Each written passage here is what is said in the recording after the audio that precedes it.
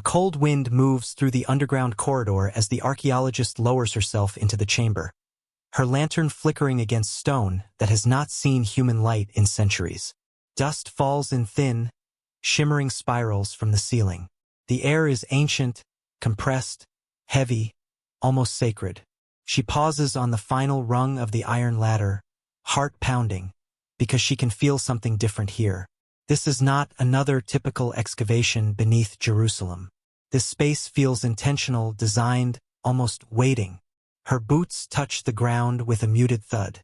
The chamber is unnaturally silent, as if sound itself avoids disturbing whatever sleeps here. With a slow sweep of the lantern, she reveals old stones fitted with an impossible precision. Edges smoothed, joints aligned with a perfection far older than Crusader engineering. She whispers to herself, trying to steady her breath. These walls are not Templar. They belong to something much earlier. A faint symbol catches her eye. She steps closer, brushing decades of compacted dust away with trembling fingers. Beneath it, incised into the limestone, is a shape she's never seen in Templar iconography. It resembles a star, but not the kind used in medieval Christian imagery. This one is fractured, recursive, spiraling inward like a mathematical riddle carved long before mathematics had a name. It is beautiful, alien even, and unsettling in a way she cannot explain. She turns the lantern toward the far wall. More symbols. Lines intersecting in patterns that resemble neither Hebrew nor Greek, neither early Christian nor Islamic calligraphy. They are older, stripped of religious framing, more like codes than prayers. She photographs them, though her hands shake. Every instinct tells her these markings do not belong to any known civilization that occupied Jerusalem in recorded history. A soft crunch under her boot makes her stop. She kneels. Something small glints beneath layers of dust. Brushing the earth aside, she uncovers a thin shard of copper, green with centuries of oxidation but still engraved with narrow parallel lines. Not random, not decorative, purposeful. A cipher? A map? She cannot tell, but she feels the gravity of it, the unmistakable weight of a message carried across impossible time. She moves deeper into the chamber.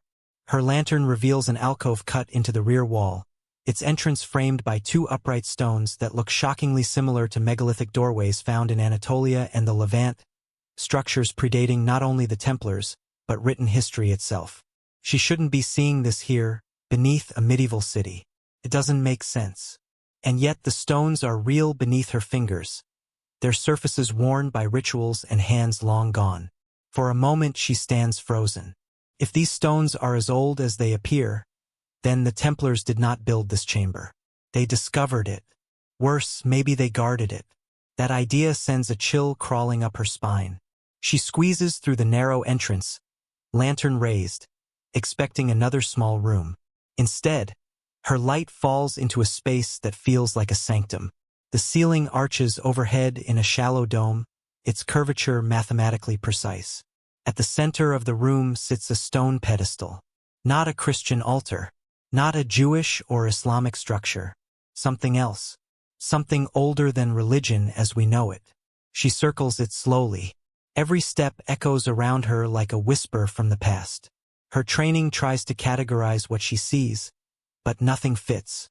The pedestal is shaped like an isosceles triangle with its apex pointing north, a design that aligns with ancient solar markers, not medieval geometry. On its surface rests a flat stone slab, etched with lines so fine they seem carved with tools beyond the capabilities of the civilizations we study. Then she sees it, another symbol at the base of the pedestal. A circle divided into 12 perfect arcs, each arc filled with a pattern of dots and slashes. It looks like a star map, but the constellations are wrong. They resemble no known sky of the medieval world. They match something much older, an arrangement of stars that would only make sense thousands of years earlier. She steps back, breath trembling. If this chamber predates the Templars, predates the First Temple, then what is it doing here beneath the foundations of Jerusalem? Why would the Templars tunnel so carefully, so precisely, right above it? Unless... She swallows hard. They knew it was here. Her lantern flickers again, casting shadows across the wall. For a moment it almost looks like the carvings move. She shakes her head, pushing back fear. But the idea is already rooted. What if the Templars weren't searching for treasure or relics? What if they were searching for traces of a forgotten order? A lineage of knowledge older than kingdoms, older than empires. Knowledge passed silently from age to age, carried through symbols, geometry, and hidden brotherhoods? She takes another photo. The flash illuminates the chamber in stark white light, revealing details she hadn't yet seen. Tiny notches along the base of the walls, channels carved into the floor, perhaps once used to guide water or light during ancient rituals.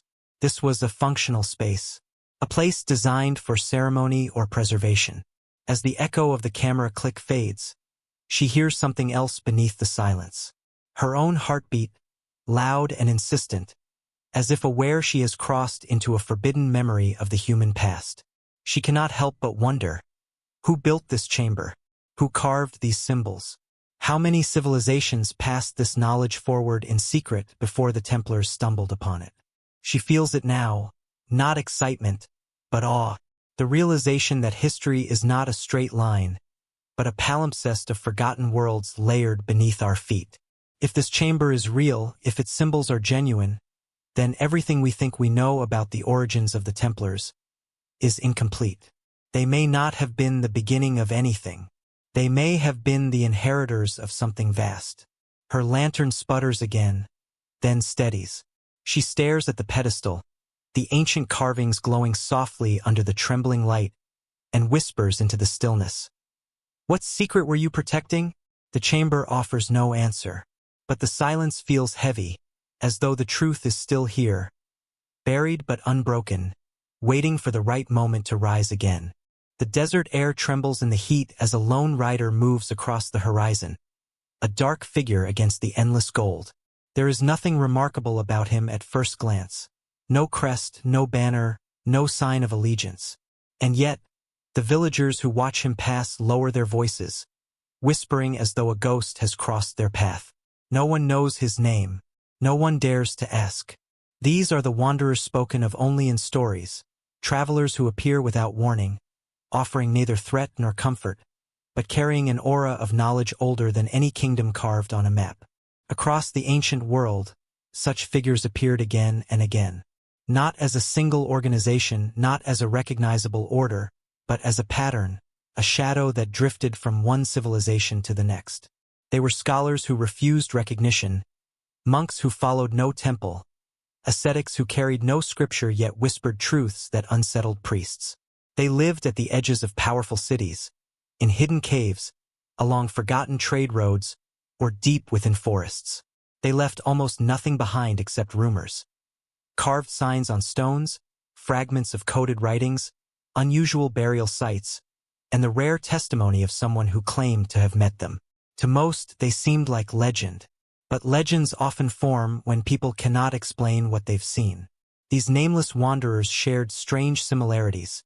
Despite being separated by thousands of miles and centuries of time, they preferred solitude, yet appeared suddenly when a settlement faced a drought, a plague, or an omen in the sky.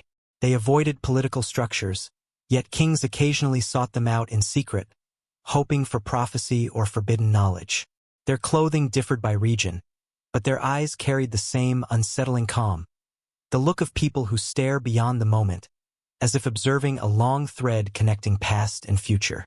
And everywhere they traveled, they spoke of things few understood. The language of the stars, the wheel of ages, the geometry of the earth itself.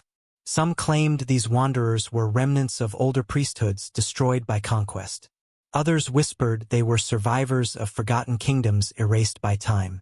A few believed they were guardians of stories humanity lost during its darkest ages. Stories too dangerous to be shared with common people. A shepherd in the Judean hills once swore he saw one of them draw a perfect spiral in the sand, explaining that it represented the movement of the heavens, not as priests described, but as it truly was. When the shepherd tried to repeat what he'd learned, he found the memory slipping like water through his fingers. For months he wondered if the encounter had been a dream. Fragments of their presence appear in ancient records, but always in indirect ways.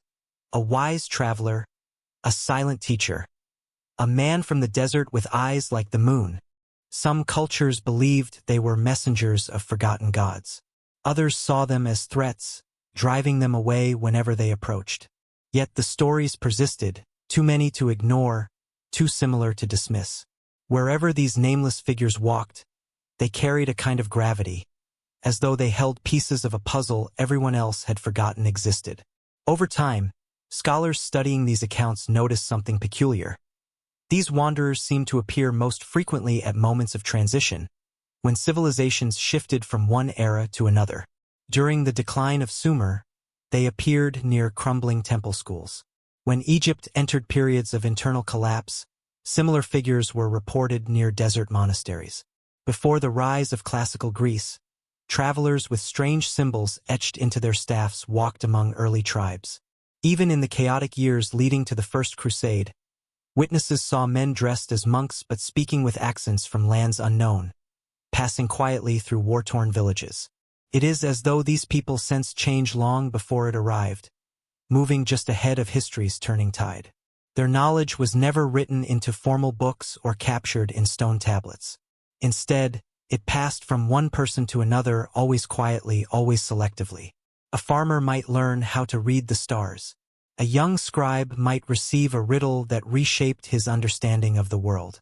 A soldier might be taught a discipline of silence that later formed the basis of monastic orders.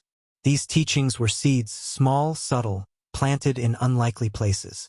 And though each student remembered only a fraction of what they learned, the influence echoed across generations. Centuries later, when historians examined the origins of certain medieval brotherhoods, military, religious, or scholarly, they noticed echoes of these ancient wanderers. The vows of poverty and obedience in some early monastic communities resembled the discipline of desert ascetics who predated Christianity. The geometric symbols used by medieval architects mirrored carvings found in regions where nameless teachers once traveled. Even the idea of a brotherhood formed not by blood, not by nation, but by a shared pursuit of sacred knowledge had its roots in these shadowy figures who refused to belong to any single world. As time passed, these travelers disappeared from written records. But disappearance does not mean extinction. It merely suggests they entered a deeper level of secrecy, one that left no traces on paper. Their legacy continued as a whisper beneath the surface of major civilizations, guiding certain individuals, certain groups, toward an understanding of the world that was both ancient and profound. And when the Crusades began, when thousands of Europeans journeyed toward a land filled with ruins, relics, and echoing histories, something remarkable happened. Those who listened closely, who looked beyond the swords and banners, sensed the same quiet presence lingering in the desert paths and mountain caves. The Crusaders did not have a name for these people, but the impression they left, the mixture of awe, uncertainty, and unspoken respect, matched descriptions of those forgotten wanderers who had walked the earth since humanity's earliest chapters. This was the silent inheritance the Crusaders stepped into, and among them were a few who, without realizing it, would carry these ancient echoes into the foundations of a new brotherhood, one the world would later call the Knights Templar. The story of ancient knowledge begins long before swords, kings, or written languages, back in an age when humanity first dared to shape the world with intention. Far across the plains of Anatolia and the fertile valleys of the Levant, small communities gathered around stones that seemed to align perfectly with the sky. These places were not cities or temples in the modern sense. They were sanctuaries of thought, spaces where early humans experimented with the geometry of heaven and earth, using stone as their language.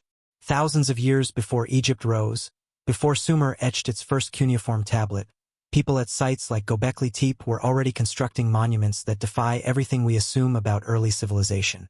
Imagine hunters and gatherers, still centuries away from farming, yet carving pillars weighing tons, arranging them in circles with astronomical precision. Their tools were primitive, but their vision was not. These stone enclosures were aligned with solstices, star patterns, and the rhythms of the earth itself. This was not random decoration, it was the birth of sacred geometry. Archaeologists who study these ancient structures often describe a sense of orchestration, as if the builders understood something fundamental about harmony and balance. At Göbekli Tepe, each pillar fits into an invisible geometric blueprint. The distance between them mirrors patterns later found in Greek temples and medieval cathedrals. Lines drawn across the site reveal symmetrical relationships reminiscent of the golden ratio, thousands of years before the Greeks defined it. Nothing about this is accidental. It hints at a worldview in which numbers, shapes, and divine order were inseparable. Further west, in Çatalhöyük, people painted walls with maps, diagrams, and abstract patterns. These early inhabitants arranged their homes not around streets or courtyards, but in a honeycomb of interlocking spaces that reflected an early understanding of spatial harmony. They decorated shrines with bullhorns arranged in repeating patterns, another example of symmetry and geometric repetition. Even their burial sites were placed beneath living spaces following carefully observed placement rules. These practices suggest that the people of this era did not simply live on the land, they lived with it, mapping their world using invisible mathematical principles. Though these early communities left no written texts, their monuments speak clearly. Across the Levant, similar stone circles, carved tunnels, and standing stones appear, not identical yet bound by a shared logic. These structures align with sunrise and sunset points, with seasonal star paths, with the cycles of life and death. This widespread consistency reveals one shocking truth. These ancient people were not working in isolation. Knowledge traveled across distances long before boats or empires connected the world. Ideas moved through migration, ritual gatherings, and wandering teachers whose identities remain unknown. Of all their achievements, sacred geometry stands out as their greatest legacy. It was a language of symbols and proportions, a method for interpreting the world through number and shape. Later civilizations adopted these principles without fully understanding their origins. The Egyptians used geometry to build pyramids aligned with cosmic axes. The Sumerians encoded celestial cycles into their temples. The Greeks inherited geometric theories that seemed to appear from nowhere. Even in medieval Europe, cathedral builders used measurements and ratios that closely mirrored those ancient foundations. Yet the original source remains buried in the deep past, hidden beneath layers of shifting cultures and forgotten names.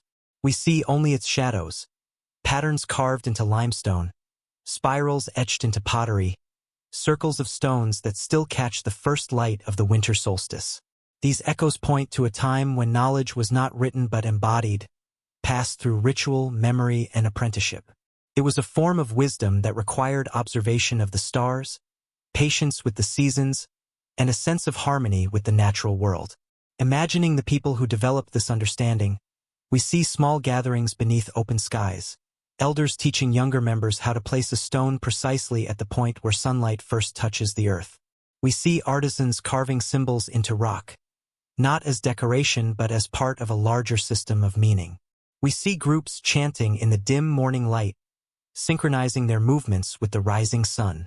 For them, geometry was not only science. It was a spiritual practice, a way of aligning human life with cosmic order. Over generations, this knowledge deepened. Shapes became symbols. Symbols became rituals. Rituals became traditions. Some groups expanded their understanding into myths and stories explaining how gods shaped the world. Others used geometry to time planting seasons, ceremonies, and migrations. Slowly, the seeds of organized religion and structured society emerged from this mathematical mysticism. But as civilizations rose and fell, much of this early knowledge disappeared, absorbed into new cultures, reinterpreted, or simply forgotten. The original purpose of many structures remains mysterious. The people who built them left no chronicles to explain their reasoning. And yet, the underlying geometry persisted like a ghost moving through history, resurfacing in places where no connection should exist. The Pythagoreans in Greece, the priest-architects of Egypt, the artisans of Mesopotamia, all seem to follow similar principles passed across thousands of years. This connection becomes even more intriguing when we consider the Templars centuries later. They financed, protected, and influenced the construction of Europe's Gothic cathedrals, buildings designed around geometric ratios identical to those seen in ancient megalithic sites. How did medieval warrior monks acquire such knowledge? How did they inherit techniques that originated long before their faith or culture existed? The answer may lie in the continuity of sacred geometry itself. Perhaps the Templars, knowingly or unknowingly, tapped into a lineage far older than Christianity. Perhaps the designs they used were not inventions, but rediscoveries, echoes of civilizations that built meaning into stone long before the medieval world drew its first maps. The early builders of Anatolia and the Levant left us no explanations, but they left us something far more powerful. A blueprint, a geometry of the universe carved into earth and rock. Through this silent language, they spoke to generations who came long after. And their voice, faint but persistent, continued to echo through time until it reached the hands of those who would later shape one of history's most enigmatic brotherhoods. In their stones, the Templars may have found not only the foundations of a sacred site, but the remnants of a forgotten mathematical faith, one that began more than 10,000 years before the first knight ever took his vow. The story of Sumer begins not with kings or battles, but with clay, soft, shapeless, ordinary clay that ancient hands transformed into the world's first archive. In the humid heat of Mesopotamia, near the banks of the Tigris and Euphrates, rose the earliest cities humanity ever built. Their walls were of mud brick, their temples of stacked limestone, their streets crowded with traders, priests, and weary laborers. But hidden behind the public life of these cities was something far more powerful than armies or irrigation canals. A network of shadow libraries, maintained by the priest-scribes of Sumer. These libraries were not grand halls like the later Library of Alexandria. They were quiet, windowless rooms inside temple complexes. Small, dim chambers lined with shelves holding rows of clay tablets. To the untrained eye, the markings on those tablets would seem like scratches or random symbols. But to the priests who guarded them, these tablets were treasure. Here they recorded the paths of stars, the cycles of the moon, the stories of creation, the rules for interpreting omens, the mathematics of trade, and even the secret rituals meant only for a select few. The priests called themselves Ummiyah, those who know. They were among the only people in the world who could read and write in the early script that would one day evolve into cuneiform. They spent years memorizing signs, copying old texts, and learning to recognize patterns hidden within the movements of the heavens. For them, writing was not just a tool, it was a sacred duty. Knowledge was power, and power needed guardians. Inside these shadow libraries, the priest-scribes kept more than administrative records. They stored texts too dangerous or too important to be shared openly. Some tablets contained instructions for summoning or banishing spiritual forces, rituals that blended astronomy, geometry, and dream interpretation. Others held star charts mapping constellations from eras long before Sumer existed, evidence of traditions inherited from even older peoples of the Fertile Crescent. There were tablets describing a great flood that nearly erased mankind, tales of heavenly visitors, and stories of a time when gods walked among humans. Many of these writings never appeared in public archives. Instead, they were kept in inner rooms accessible only to a handful of initiated priests. Over time, this system created a hidden chain of knowledge, a lineage passed quietly from master to apprentice, copied faithfully from century to century. If one temple fell, survivors carried fragments of their library to another city. If a dynasty collapsed, the scribes preserved what mattered most, hiding the tablets in storage pits or burying them in sealed rooms. Occasionally, archaeologists today stumble upon such sealed chambers. They find tablets untouched for thousands of years, their markings still sharp beneath layers of dust. Among them are mathematical problems more advanced than anything expected for the time, lists of star positions that require long and careful observation, and mythic narratives that echo later religious texts. These discoveries reveal something astonishing. Sumer did not simply invent writing, they invented structured knowledge. The star charts are particularly mysterious. Some show the paths of planets with a precision impossible without generations of continuous observation. Others divide the sky into regions and record celestial cycles used later by Babylonian astrologers. But a few tablets contain star arrangements that do not match the sky of Sumer at all. They reflect a night sky thousands of years older, suggesting the priests inherited astronomical memory from cultures long vanished. Sumerian temples were not just places of worship. They were schools, observatories, laboratories, and archives. The priests observed eclipses, tracked Venus's movements, measured time with water clocks, and used geometry to survey land after the annual floods.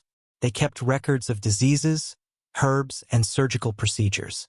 They compiled dictionaries, cataloged omens, and preserved hymns describing cosmic order.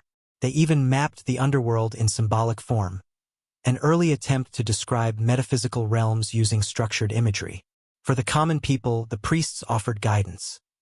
When to plant crops, how to interpret dreams, whether the gods were angry. But beneath that public layer of service existed a deeper layer, a pursuit of hidden, esoteric knowledge intended only for the initiated. Certain rituals could be performed only by those who had mastered the secret texts. Certain mathematical techniques were taught only to the highest scribes. And certain cosmological ideas were kept entirely off the official records, whispered only within the temple walls. As Sumer rose and fell through floods, wars, and shifting dynasties, this shadow system of knowledge survived. When cities like Uruk or Eridu collapsed, the priests of their great ziggurats fled with whatever tablets they could carry. Some traveled north toward Akkad and Assyria. Others drifted south into the marshes or west toward the Levant. Wherever they went, they brought fragments of their libraries, stories, star charts, rituals, and geometric principles that would eventually inspire later civilizations. Generations later, when Babylonian scholars compiled their own vast libraries, they acknowledged their debt to the Sumerians. When Egyptian priests mapped the heavens or built aligned temples, they used principles that echoed Mesopotamian wisdom. Even Greek thinkers, who considered themselves pioneers of rational thought, studied texts whose roots stretched back to these early Mesopotamian archives. And centuries after that, long after Sumer's cities were ruins buried beneath desert sands, Crusaders arriving in the Near East encountered traditions shaped by these same ancient ideas. Some of the mystical texts the Templars later pursued bore traces of Sumerian cosmology. Layered heavens, sacred numbers, stargates, and geometric codes. The Templars may not have understood these origins, but the influence was there, woven subtly into the knowledge they eventually gathered. In the ruins of Sumer's shadow libraries, humanity began its oldest conversation with the universe. The priests who tended those rooms believed they were protecting something more valuable than gold, the memory of humanity's first attempts to understand creation.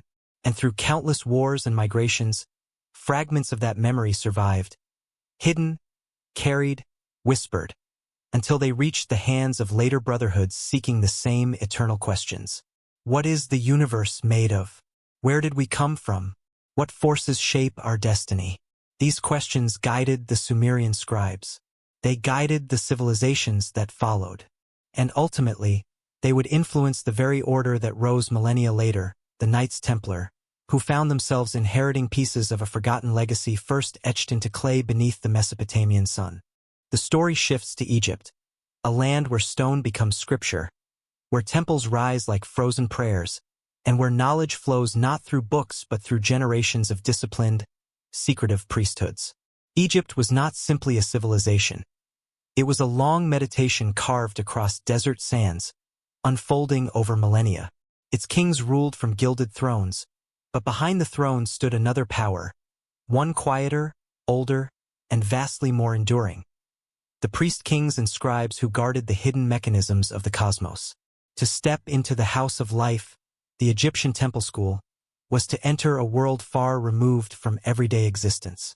Here, in shadowed halls lit by flickering oil lamps, young initiates memorized hymns, studied star charts, practiced meditation, and learned to interpret the secret grammar of the universe. Their training lasted decades.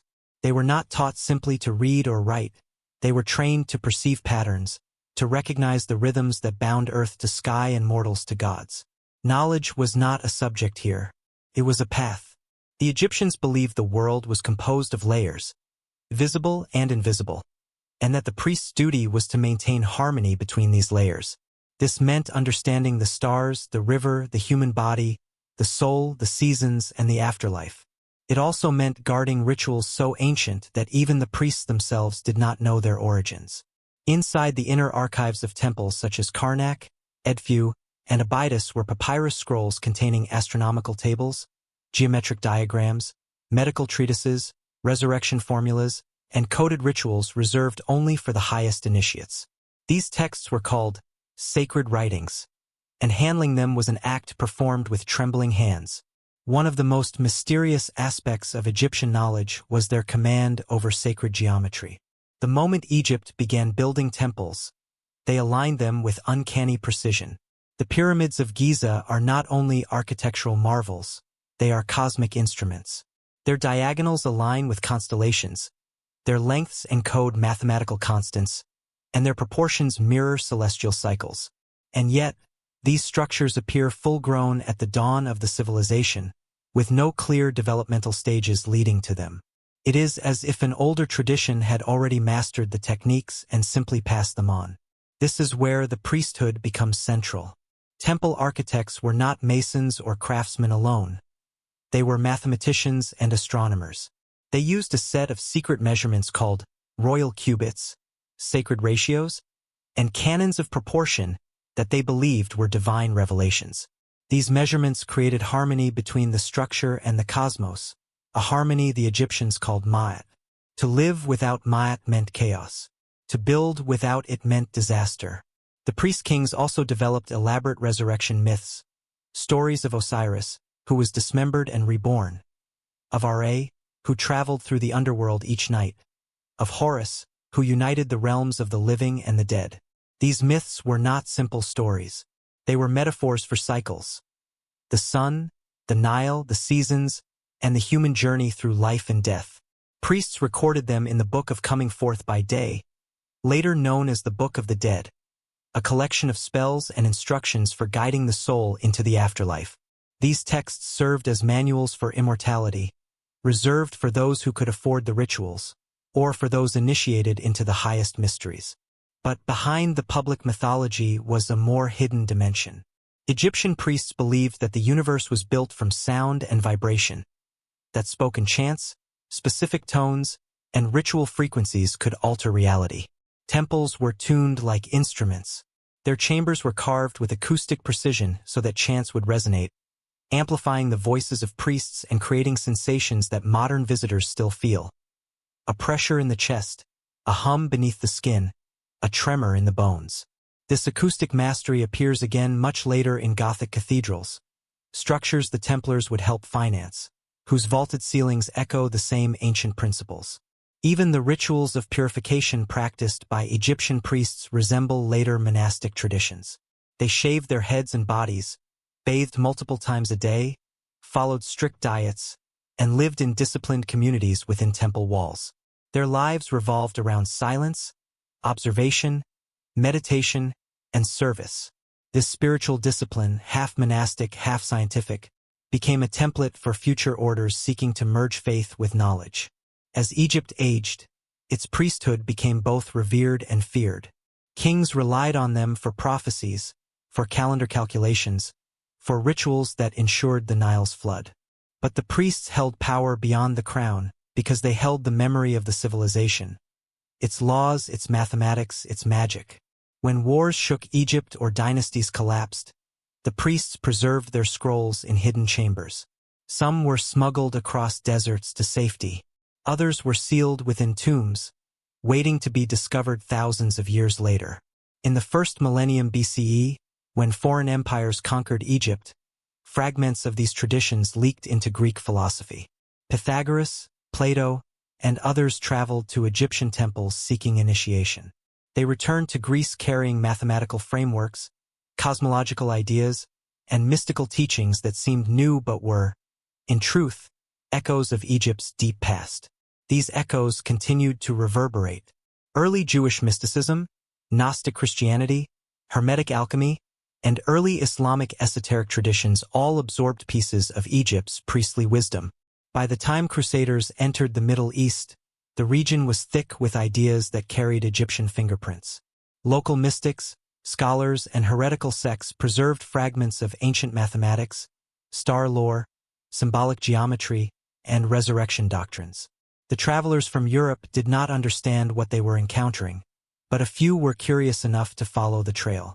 Centuries later, the Templars gained control of sites in the Holy Land where Egyptian ideas had mingled with Jewish, Greek, and early Christian thought. They built churches whose geometry reflected ancient ratios. They adopted rituals of purification, secrecy, and discipline that mirrored the old temple priest practices. They collected manuscripts, some biblical, some mystical, some mathematical, that traced their roots to Egypt's House of Life. The Templars likely never saw themselves as inheritors of Egyptian knowledge. They sought spiritual truth and found echoes of earlier civilizations woven into the land they protected. But in their architecture, in their symbols, in their fascination with cosmic order, and in their quiet pursuit of forbidden texts, they unknowingly revived a legacy first shaped in the shadowed halls of Egypt's ancient temples. Egypt's priest-kings understood something timeless. Knowledge must be preserved, protected, and passed on with care. Through wars, floods, invasions, and centuries of silence, fragments of that knowledge survived. And eventually, pieces of it found new guardians, warrior monks who believed they were building a new world, never realizing that they were carrying echoes of one far older than their own faith. The Judean wilderness stretches across the horizon like an ocean of stone, raw, silent, and indifferent. It is a landscape that strips a person down to their core. Here, the wind moves like a whisper through canyons carved by centuries of erosion. Here, solitude becomes a living presence. And here, long before the Templars ever drew their first breath, a network of desert mystics built the foundations of practices that would echo across millennia. These desert dwellers were not a single group, but rather many Essenes, Jewish ascetics, Nabatean mystics, early Christian hermits, and wandering sages from nearby kingdoms. They lived in scattered caves along cliffsides, in small monastic communities near springs, or in hidden shelters carved into the desert rock. Some lived entirely alone, speaking to no one for years. Others formed tight-knit circles of initiates bound by oaths of secrecy and ritual. All of them shared one belief: the desert was the only place where the world fell quiet enough for a person to hear the truth. The Essenes, perhaps the most disciplined of these communities, followed a life of strict purity. They bathed repeatedly each day in ritual pools carved into the earth, moving through water as if cleansing not only their bodies but their thoughts. They ate simple meals, wore plain garments, and practiced an early form of communal living. Property meant nothing. Devotion meant everything. Some scholars believe they were among the first groups to record sacred knowledge in coded manuscripts, protecting their teachings from outsiders. Their daily routines were not only spiritual but deeply practical. They studied astronomy to read the signs of the heavens, believing the movements of stars were divine messages. They practiced healing using herbs, resins, and oils gathered from desert plants. They trained in silence, cultivating an inner discipline that warriors later envied. They believed that wisdom should be lived, not simply spoken, and that the human soul was nourished by restraint, clarity, and stillness. Nearby, the Nabateans, famous builders of Petra, practiced their own form of desert mysticism. Though known today for their architecture and trade networks, they also maintained a spiritual tradition centered on caves, mountains, and celestial cycles. Their priests carved niches into the cliffs to mark sacred sites aligned with the sun's movement. Their caravans carried not only incense and spices but also stories, rituals, and fragments of ancient knowledge from east and west. To the outside world, they were traders. To those who understood them, they were custodians of secrets older than their own kingdom. As early Christianity spread, hermits and monks journeyed into the desert seeking purity through isolation. They lived in silence, surviving on dates, water, and what little the desert offered. Their writings speak of visions, temptations, and revelations that came to them in the emptiness. Some formed loose networks, meeting only occasionally to exchange wisdom. Others gathered near remote monasteries carved into canyon walls, places that resembled fortresses of faith more than community centers. Despite their differences, these desert mystics shared common practices: fasting, meditation, ritual bathing, coded writing, communal meals, and strict discipline. They believed that knowledge should not be accessible to everyone, that some truths required a purified mind. Their oaths resembled military vows. Loyalty, secrecy, obedience, and readiness to serve a higher mission. These practices later found echoes in the Templar rule. Daily discipline, ritual purity, communal living, and the idea that the brotherhood served a purpose greater than any individual. To many historians, the connection is not accidental. Crusaders arriving in the Holy Land encountered these desert traditions firsthand. Some would have seen the Essenes' abandoned caves near the Dead Sea, their stone cisterns still filled with ancient water. Others would have heard stories of hermits whose silence held greater power than any sermon. In the dusty outskirts of Jerusalem, a few crusaders likely spoke with wandering ascetics who carried fragments of older teachings, snippets of geometry, readings of the sky, prayers older than Christianity. These encounters left impressions, tiny sparks of curiosity. They planted seeds in the minds of men who had come seeking salvation through battle, but instead found a world filled with mysteries. These desert mystics also carried texts, rolled scrolls wrapped in linen, inscribed with teachings preserved through generations. Some were copies of ancient Hebrew writings. Others contained coded symbolic instructions. And some, the rarest and most treasured, blended ideas from Egypt, Babylonia, Persia, and early tribal traditions. They wrote in symbols, numbers, or poetic riddles so that only the initiated could decipher the meaning. When wars erupted or persecutions rose, these mystics hid their scrolls in caves, burying them beneath layers of stone and sand. Centuries later, some of these hidden texts would resurface as the Dead Sea Scrolls, one of the greatest archaeological discoveries of the 20th century. But many more scrolls likely remain undiscovered, waiting in silent darkness. The desert was not only a place of spiritual discipline. It was also a crossroads, where ideas traveled on foot, carried by men who sought wisdom rather than wealth. Here, Greek philosophy mingled with Jewish mysticism. Here, Babylonian astronomy collided with Egyptian resurrection theology.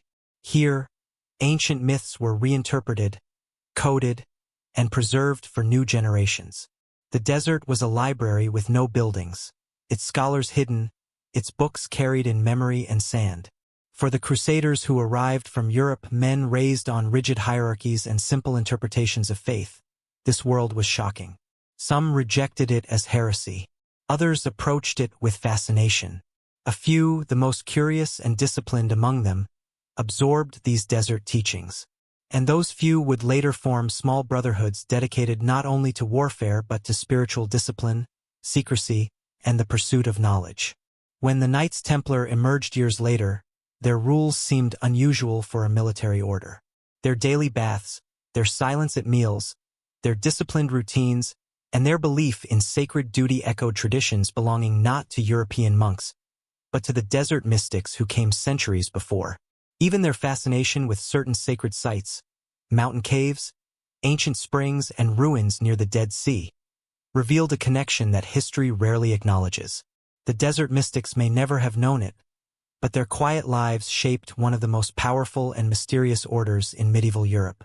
Through coded teachings, ritual practices, and hidden scrolls, they passed fragments of their wisdom into the hands of travelers who did not yet realize the significance of what they had received. In the silence of the desert, knowledge waited. And when the world was ready, even if it did not understand why, that knowledge found new guardians in an unlikely brotherhood of warrior monks who would carry its echoes across continents and centuries. Caves have always been places where history hides, where wind carries the dust of forgotten eras and silence feels heavier than stone. In the barren expanse near Qumran and along the broken cliffs of Wadi el-Murabiat, the desert holds secrets far older than any kingdom that once claimed these lands. For centuries, shepherds wandered these ravines unaware that beneath their feet, beneath layers of collapsed rock and hardened mud, lay manuscripts containing some of humanity's oldest and most dangerous ideas. And among these manuscripts were scrolls that, by all logic, should not exist at all. The story begins in narrow fissures high in the cliffs, places where the sun barely touches the ground, where caves open like mouths into the darkness. When the first scrolls were discovered in the 20th century, the world believed they belonged solely to the Essenes or early Jewish sections. But deeper excavations revealed something unsettling.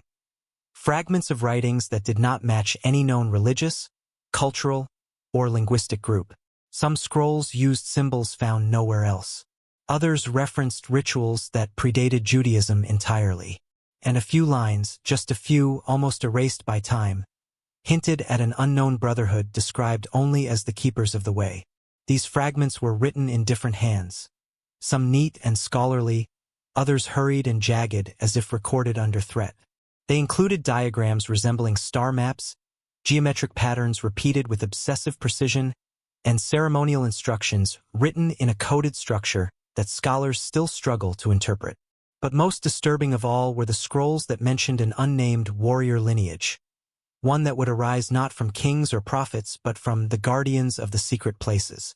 If these scrolls are authentic, and evidence suggests they are, they describe a chain of knowledge stretching back to civilizations long vanished. One fragment speaks of the builders of the first circles, a phrase that uncannily resembles references to prehistoric stone sites scattered across the Near East.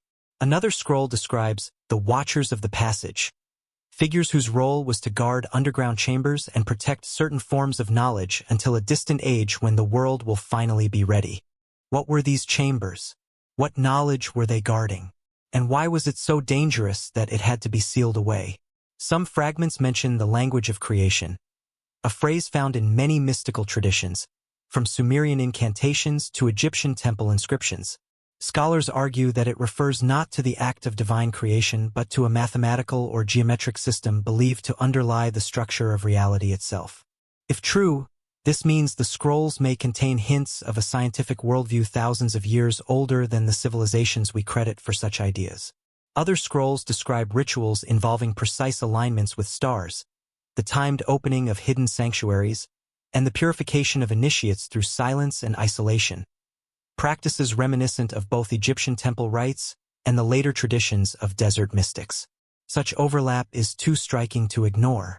It suggests that these scrolls were part of a larger, interconnected archive, a library composed not of books but of memories carried by secretive groups across generations. But then there are the scrolls that refer to something even more mysterious, a prophecy of a coming order, one formed in a land of iron and stone, whose members will ride under the sign of the holy mountain. The text is damaged, but the surviving lines describe warriors bound by vows of poverty and obedience, guardians who would rediscover ancient truths buried beneath sacred ground. These warriors are not named, but the resemblance to the later Templars is impossible to overlook. Imagine a group of early desert scribes recording knowledge from older traditions, hiding their writings in sealed caves to protect them from invading armies. Centuries pass. Empires rise and fall. The scrolls are forgotten. Then, during the Crusades, men from distant lands arrive seeking relics, wisdom, and holy sites. Some of them dig beneath the Temple Mount. Some speak with local mystics. Some hear rumors of hidden manuscripts preserved in desert caves. And some, perhaps, find fragments of knowledge that awaken their curiosity and reshape their destiny. Yet many of these scrolls also contain warnings. Guard the secrets until the appointed time. One fragment reads. Another states, when the sword returns to the holy city, the watchers must not reveal what they know. These warnings imply fear of misuse, fear of corruption, fear of power falling into the wrong hands. If these scribes believed their teachings could change the world, they also believed the world was rarely ready for such change. Among the most perplexing discoveries are copper fragments etched with strange symbols. They seem related to the copper scroll found at Qumran, which lists hidden treasures, but these fragments go further, describing underground structures and star alignments inconsistent with any known traditions. Some archaeologists believe they map out long-lost ceremonial sites. Others think they are coded references to astronomical cycles. A few propose something more controversial, instructions for unlocking chambers built by civilizations long forgotten. It is here, in these mysterious lines, that the shadow of the Templars appears again. Their sudden interest in the Temple Mount, their quiet excavations, their fascination with sacred geometry. their storage of rare manuscripts in fortified commanderies, their peculiar blend of monastic discipline and military power. All of these traits echo patterns mentioned in the Desert Scrolls. The question becomes unavoidable. Did the Templars discover fragments of these scrolls, or even hear rumors of them, during their time in the Holy Land? The scrolls that should not exist raise a deeper question still. If multiple civilizations preserved portions of ancient knowledge, Sumerian astronomy, Egyptian geometry, Levantine mysticism, Nabatean engineering, could these scattered teachings have originated from a single, long-forgotten source? One scroll fragment seems to suggest exactly that. The line is faint, nearly erased, but still legible. The first knowledge was broken like pottery, scattered across the nations, waiting for those who would gather it again. If this was the belief of ancient scribes, then the Templars may have been seen not as innovators, but as inheritors, those who unknowingly stepped into a role written long before their birth. In the darkness of these caves, surrounded by brittle scrolls and eroding stone, history holds its breath. The secrets hidden here were never meant for the world as it was. They were meant for a different age, a different kind of mind, one that could finally piece together the fragments left behind. And as the desert wind howls faintly through the cave mouth, one cannot help but feel the presence of those ancient watchers, their warnings echoing across time. Some knowledge is not lost. It is only waiting. The origins of Western philosophy are usually traced to Athens, to marble statues, crowded marketplaces, and the echoing questions of Socrates. But long before the classical Greeks carved their names into history, another world of knowledge pulsed beneath the surface of their civilization. It was quiet, hidden, and meant only for those who dared to cross the threshold of secrecy. These were the hidden schools, circles of disciplined thinkers, mystics, mathematicians, and wanderers who believed truth was not something spoken openly, but something revealed only through initiation. In these schools, wisdom was not a subject. It was a transformation. The Pythagoreans are perhaps the best-known example. They lived on the island of Samos and in Croton, far from the political center of Greece. But their community functioned more like a temple than a philosophical academy. Members ate simple meals, avoided meat, slept on reed mats, and studied in silence. Their world revolved around numbers, not numbers for calculation, but numbers as symbols, vibrations, the building blocks of reality. They believed the universe was harmony, that every star and soul followed a mathematical rhythm that could be understood by those with pure minds. Pythagoras himself traveled widely before founding his school. Legends say he studied with Egyptian priests, Babylonian astronomers, Phoenician navigators, and perhaps even mystics from the Levant. When he returned to Greece, he brought teachings that seemed foreign and ancient, geometries resembling Egyptian temple design, cosmology echoing Sumerian star lore, and ethical codes similar to those practiced by desert ascetics. To the Pythagoreans, learning geometry was an act of prayer. Studying music was a form of meditation. Mathematics was a sacred script. Their initiates swore oaths of secrecy. They memorized complex diagrams and symbolic teachings. They communicated using coded gestures and wore rings engraved with hidden signs. Pythagoras taught that the soul could ascend through knowledge, shedding illusions the way a snake sheds old skin. This idea would later influence early Christian mystics, Gnostics, and medieval scholars, long after the Pythagorean order itself collapsed. But the Pythagoreans were not alone. The Orphic practitioners, followers of a mystical tradition based on the myth of Orpheus, also maintained hidden teachings. They believed the human soul was trapped in a cycle of rebirth and that secret rites could break the cycle. Their chants, rituals, and symbolic inscriptions carried echoes of Egyptian resurrection beliefs and Near Eastern cosmology. They spent nights in candlelit caves, singing hymns meant to open the inner senses. Their initiates wore golden tablets inscribed with instructions for navigating the afterlife, an eerie parallel to Egyptian funerary texts. These Orphic tablets contained lines that mirrored much older teachings, perhaps carried across continents by ancient wanderers. Even their sacred myth, the dismemberment and rebirth of Dionysus, resembles earlier myths of Osiris in Egypt and Tammuz in Mesopotamia. In every version of the tale, a divine being is destroyed, scattered into fragments, and reborn through ritual. In this mythic vision, knowledge itself was a body broken apart in the ancient past, waiting for seekers to gather the pieces. Then came the Eleusinian mysteries, perhaps the most famous of all hidden Greek rites. Each year, thousands traveled from across the Mediterranean to participate, but only initiates knew what happened inside the sanctuary. Even today, the exact nature of the rites remains unknown. The penalty for revealing the secret was death. Yet we know that the ceremony involved a journey from darkness to light, symbolic purification, the reenactment of ancient myth, and the revelation of a final secret, one meant to transform the initiate forever. Visitors wrote that the experience removed all fear of death, as though the participants had glimpsed something eternal. This echoes the desert mystics' teachings, the Egyptian afterlife rituals, and the Sumerian myth of descending into the underworld. Once again, the thread of ancient knowledge appears woven through cultures separated by geography and time.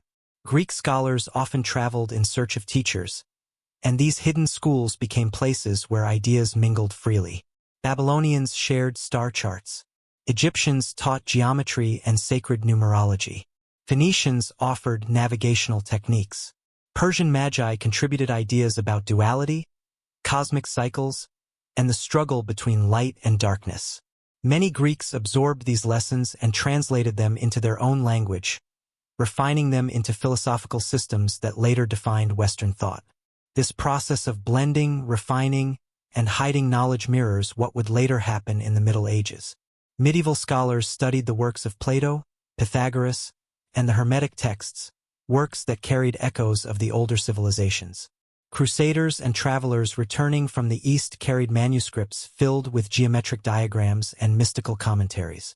And eventually, the Templars themselves encountered texts that bore unmistakable traces of Pythagorean harmony, Orphic purification, and Eleusinian secrecy. The Greeks believed that truth was too powerful for the untrained mind. Knowledge had to be protected, layered, structured. Initiates had to be prepared through discipline, purification, and ritual. In their view, a person had to become worthy of knowledge before receiving it. This concept became central to many later secret societies and spiritual orders. A person could not simply enter the temple, they had to earn the right to step inside. And this is where the connection to the Templars becomes intriguing. Though they were soldiers, their daily practices resembled monastic discipline. Their symbols carried geometric meanings. Their organization included secret chapters, hidden rituals, and teachings preserved only for the highest ranks. Some historians argue that the Templars inherited these patterns indirectly through Christian monasticism. But others believe the similarities are too consistent, too deliberate to be mere coincidence. The hidden schools of Greece were not isolated phenomena, they were part of a chain. They gathered fragments from older civilizations, preserved them through secrecy, and reinterpreted them for a new age. Their influence moved quietly through the centuries, resurfacing whenever a new brotherhood sought to understand the universe through discipline and sacred knowledge. By the time the first Crusaders arrived in the Holy Land, the echoes of these Greek mysteries were everywhere, in the architecture of ancient ruins, in the manuscripts stored in monasteries, in the teachings carried by wandering monks and scholars. The land itself was a mosaic of knowledge waiting to be rediscovered. The Greeks had once guarded their secrets fiercely. Now those secrets lay scattered across the lands the Crusaders would soon traverse. And among those Crusaders were a handful of men with curious minds. Men who would take the first steps toward forming a brotherhood unlike anything Europe had ever seen. In the shadows of the hidden schools, the Templars' destiny was already beginning to take shape. The Library of Alexandria is often remembered as a place of light, a beacon of knowledge rising from the shores of Egypt, drawing scholars from every corner of the ancient world. But behind its marble halls and open courtyards lay another reality, one far more secretive and far less understood. Beneath the public scrolls and scholarly debates existed a hidden network. The Shadow Collection, a body of forbidden or controversial texts that never appeared on official shelves. These manuscripts, scattered across the Mediterranean before the library's founding, were gathered by scholars who believed knowledge should be preserved, even when it was dangerous. To understand this secret collection, We must begin with Alexander the Great himself. Before he built an empire, Alexander developed an obsession with the ancient world. Stories circulated that he studied with Persian magi, conversed with Egyptian priests, and asked questions that unsettled even the wisest scholars. He sought more than territory, he sought meaning. He wanted to trace the lineage of power and wisdom back to its earliest roots. Wherever he went, Babylon, Thebes, Phoenicia, he collected fragments. Tablets, scrolls, temple inscriptions, coded rituals, star charts, philosophical treatises. To his generals, these were curiosities. To Alexander, they were pieces of a puzzle that stretched far beyond mortal ambition. When Alexander died, his dream shifted into the hands of the Ptolemies, Greek rulers of Egypt, who believed that the center of their power must also become the center of the world's knowledge. Thus, the Library of Alexandria rose. Scholars copied every scroll entering the city. Ships arriving in the harbor were searched, and their manuscripts seized, copied, and returned. But the most intriguing texts were hidden, locked away in chambers accessible only to a trusted few. These texts did not conform to the philosophical schools of Greece or the theological traditions of Egypt.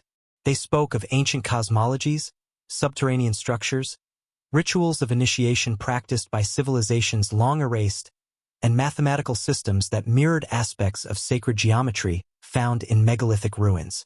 Some scrolls described lost kingdoms destroyed by floods.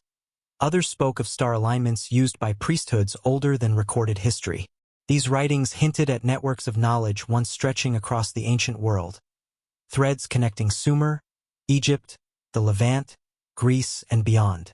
Among the most puzzling were scrolls believed to originate from civilizations predating the earliest Egyptian dynasties. These texts contained diagrams etched alongside cryptic symbols, forming what appeared to be star maps. But the stars did not match the sky as seen in Alexander's time, or even in the era of Egypt's Old Kingdom. They reflected a far older sky, one seen 10,000 years earlier. To the scholars who studied them, this suggested one of two possibilities. Either the ancients preserved astronomical memories across countless generations, or someone had discovered and transmitted a set of astronomical principles long before history officially began. The Shadow collection held texts that contradicted accepted beliefs. One scroll, attributed to a mysterious figure known only as the Traveler, described a brotherhood that migrated through the Near East carrying knowledge deemed dangerous by the rulers of their era. Another outlined rituals for harmonizing the human vessel with the geometry of the heavens, echoing practices later associated with Pythagoreans and Egyptian priests. Still others referenced underground chambers beneath sacred sites, Temple Mount among them. These writings were not allowed near the public archive. Their ideas were too radical, too disruptive, too ancient. So the scholars stored them in sealed rooms within the Serapeum or buried them within the deepest vaults beneath the library's main halls. Only a select few had access. High-ranking librarians, astronomer priests, and royal scholars trusted by the Ptolemies. Their task was not only to study these texts, but to decide whether they should be copied, preserved, or quietly forgotten. The impact of this shadow collection extended far beyond Egypt. As the Ptolemaic dynasty strengthened its influence, scholars traveled between Alexandria, Athens, Rhodes, and the Levant, carrying fragments of these secret teachings. Some of these fragments found their way into Greek philosophical schools. Others blended with emerging mystical traditions that would later shape early Christianity, Gnosticism, and Hermeticism. And still others drifted eastward along trade routes, reaching Persia and eventually parts of India. When Alexandria fell into decline, through fires, invasions, and political instability, many scholars fled. Fearing the destruction of their sacred knowledge, they carried scrolls with them, hiding them in desert monasteries, mountain sanctuaries, and cave libraries throughout the Levant and Anatolia. Some scrolls were taken to Petra. Others vanished into the labyrinths of Jerusalem or were buried beneath desert sands. A few were smuggled into Byzantium, where they merged with the empire's own tradition of preserving ancient texts. Even centuries later, echoes of these hidden writings surfaced unexpectedly. Crusaders who traveled through the Holy Land encountered manuscripts in monasteries and caves that seemed strangely familiar, geometric diagrams resembling those used in Gothic architecture, cosmological theories that matched Pythagorean teachings, and symbolic texts mirroring Egyptian afterlife rituals. These manuscripts bore the fingerprints of Alexandria's lost halls, preserved by accident or intention through the chaos of ages. When the Knights Templar began their excavations beneath Temple Mount, it is believed that they uncovered manuscripts bearing uncanny similarities to the Shadow Collection of Alexandria. Documents describing celestial mechanics, ancient rituals, and geometric principles older than any scripture known in medieval Europe. Whether these texts were remnants of the Alexandrian archive or independent echoes of an even older tradition remains a mystery. But what is certain is this: the knowledge once stored in the hidden chambers of Alexandria did not die with the library's destruction. It scattered like embers carried by the wind, falling into unexpected places and igniting new fires of curiosity across cultures and centuries. Some embers reached the hands of desert mystics, others reached Byzantine scholars, and a few, whispered through secret circles and buried beneath sacred sites, may have found their way into the minds of the warrior monks who would later become the most enigmatic military order of the medieval world. Alexandria's Shadow Library was not just a collection of texts. It was a remnant of humanity's earliest attempts to grasp the nature of reality. A bridge between civilizations, a coded message passed through time. And though its physical halls were destroyed, its ideas continued to move through the world, quietly, invisibly, waiting for those prepared to receive them. In these forgotten manuscripts, the Templars may have found a spark of something ancient, something they did not fully understand, but something that shaped their destiny in ways history has yet to unravel. Petra rises from the desert like a dream carved into stone. A city hidden in the mountains, reachable only by a narrow passage that twists like a serpent between towering red cliffs. Long before its rediscovery in the 19th century, Petra was already a legend whispered among desert tribes. Its facades, elaborate, mathematical, impossibly precise, announced the presence of a civilization that understood both beauty and engineering at a level far beyond its contemporaries. But Petra was more than a city. It was a sanctuary of knowledge, a crossroads of mathematics, astronomy, mysticism, and sacred design. And its engineers, the Nabateans, were the silent masters of secrets the world had forgotten. The heart of Petra is its impossible architecture. Carved directly into the cliff faces, structures like the treasury, the monastery, and the royal tombs bear a precision that defies imagination. Their facades combine Egyptian motifs, Hellenistic symmetry, Mesopotamian symbolism, and uniquely Nabatean geometry. Columns align at angles that capture the light of solstices. Doorways frame specific star positions. Chambers resonate with acoustic frequencies that seem engineered for ritual singing or trance-inducing chants. These elements were not artistic accidents. They were the result of a hidden mathematical language passed quietly through generations of Nabatean priest engineers. What makes this even more extraordinary is that the Nabateans were primarily known as traders, masters of the incense routes that stretched from southern Arabia to the Mediterranean. They moved caravans across deserts, navigating by stars long before compasses existed. This knowledge was not simply practical. It was spiritual. Star patterns shaped their rituals. Their gods were aligned with celestial bodies. Their temples were oriented to harness the power of light and shadow. The entire city of Petra was, in many ways, a cosmic instrument. At the center of this great instrument was the Ad-Dair, the monastery, whose doorway stands taller than many cathedrals built 1,000 years later. Scholars have discovered that the monastery's interior chamber amplifies sound in a way that focuses energy toward the center of the room. This effect is so precise that a single voice can create a sustained harmonic resonance, a technique found in ancient temples of Egypt and, much later, in European cathedrals influenced by Templar architects. How did the Nabateans master such refined acoustic engineering? The answer likely lies in their ritual traditions. Priesthoods in Petra practiced rites involving sound, light, and water. Petitioners approached sanctuaries through long, echoing corridors. At sunrise, beams of light would strike specific altars or statues, illuminating carvings that remained hidden during the rest of the year. Some temples were built along fault lines where natural earth vibrations amplified ceremonial chants. The Nabateans understood that sacred spaces could transform perception, opening doors to altered states of awareness. This knowledge was part engineering, part spirituality, and part inherited wisdom from older traditions stretching across the ancient Near East. Yet Petra's most astonishing achievements lie not in its temples but in its water systems. The desert around Petra receives barely enough rain to sustain small camps. Yet the city once supported tens of thousands of people. This was possible because the Nabateans mastered hydraulic engineering that seems impossibly advanced for its time. They carved channels into cliffs, laid ceramic pipelines with perfect gradients, built massive cisterns capable of storing months of water, and designed flood control systems that protected the city from sudden torrents. Their engineering rivals and in some ways surpasses that of Rome. But beyond functionality, Petra's water systems carry symbolic meaning. Some channels are aligned with celestial events. Certain cisterns were used not for drinking, but for ritual purification baths, ceremonial gatherings, and initiatory rites. The Nabateans believed water was the boundary between worlds, the element that bridged the physical and the spiritual. This concept later appears in both desert mystic traditions and Christian monastic practices, and eventually in the ritual purity regulations of the Knights Templar. What makes Petra even more intriguing is its location. Situated between Egypt, Judea, Arabia, and Mesopotamia, it was a cultural crossroads.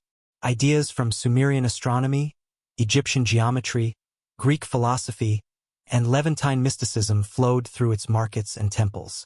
The Nabateans were collectors of knowledge, absorbing fragments from every culture they encountered. They translated these fragments into stone, creating a living record of ancient wisdom long before medieval scholars attempted the same. Over centuries, Petra became a meeting place for thinkers, mystics, merchants, and travelers. Stories circulated of hermits living in high mountain caves, performing secret rites. Scrolls from Alexandria may have passed through its hands. Wandering Jewish sects hid manuscripts nearby. Greek philosophers traveling eastward stopped at Petra to learn from its star readers. Even early Christian monks built cells in its cliffs. Petra was a silent witness to the exchange of ideas that shaped Western and Eastern thought. By the time of the Crusades, Petra was already in decline. Earthquakes, trade routes shifting, and political upheaval had pushed the Nabateans into obscurity. Yet fragments of their engineering, geometry, and spiritual philosophy lingered. Crusader knights wandering through the Jordanian deserts encountered stories of a forgotten city filled with ancient secrets. Some knights even carved crosses into abandoned Petra structures, signs that they entered these sanctuaries seeking protection or inspiration. The Templars, in particular, had strong incentives to explore these ruins. Their commanderies in the region, including strongholds in the Red Sea and southern Jordan, lay close to paths leading to Petra. Their familiarity with hydraulic technology, sacred geometry, and desert survival techniques mirrors Nabatean methods so closely that some scholars suggest indirect inheritance. The Templars' architects used proportions similar to Nabatean builders. Their interest in underground chambers echoes Petra's use of carved sanctuaries. Their fascination with hidden knowledge aligns with Petra's role as a crossroads of ancient wisdom. There is also a symbolic connection. The Nabateans built Petra as a place of ascent, a spiritual journey carved in stone. Pilgrims climbed steep paths to sunlit temples that framed the heavens. Similarly, Templar spiritual philosophy was not solely about warfare. It was also about ascension, purity, discipline, and illumination. Their hidden rituals and secretive knowledge systems reflect a worldview shaped by many influences, including, possibly, the remnants of cultures like the Nabateans, whose teachings persisted in desert monasteries and local lore. During the Crusader period, Petra became a kind of ghost city. Its facades weathered, its chambers silent, but its aura unmistakable. Some travelers wrote of strange symbols carved into the rock, symbols resembling geometric diagrams found in manuscripts the Templars later guarded. Others described underground chambers that felt more like spiritual test chambers than living spaces. These observations suggest that Petra's knowledge was never truly lost, only dormant. The engineers of Petra left no books. They left no treatises. Instead, they left a city carved from stone, encoded with a mathematical and cosmological language that still speaks across the centuries.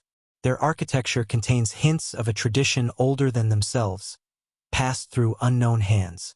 Their water systems reveal a mastery that seems to appear without precedent. And their rituals whisper of ancient mysteries that echo later in monastic and esoteric traditions. In Petra, knowledge was carved into permanence, hidden in plain sight, waiting for those who could read its language. Centuries later, as the Templars moved through these deserts, perhaps some of them paused at Petra's silent gates, feeling the weight of its mysteries.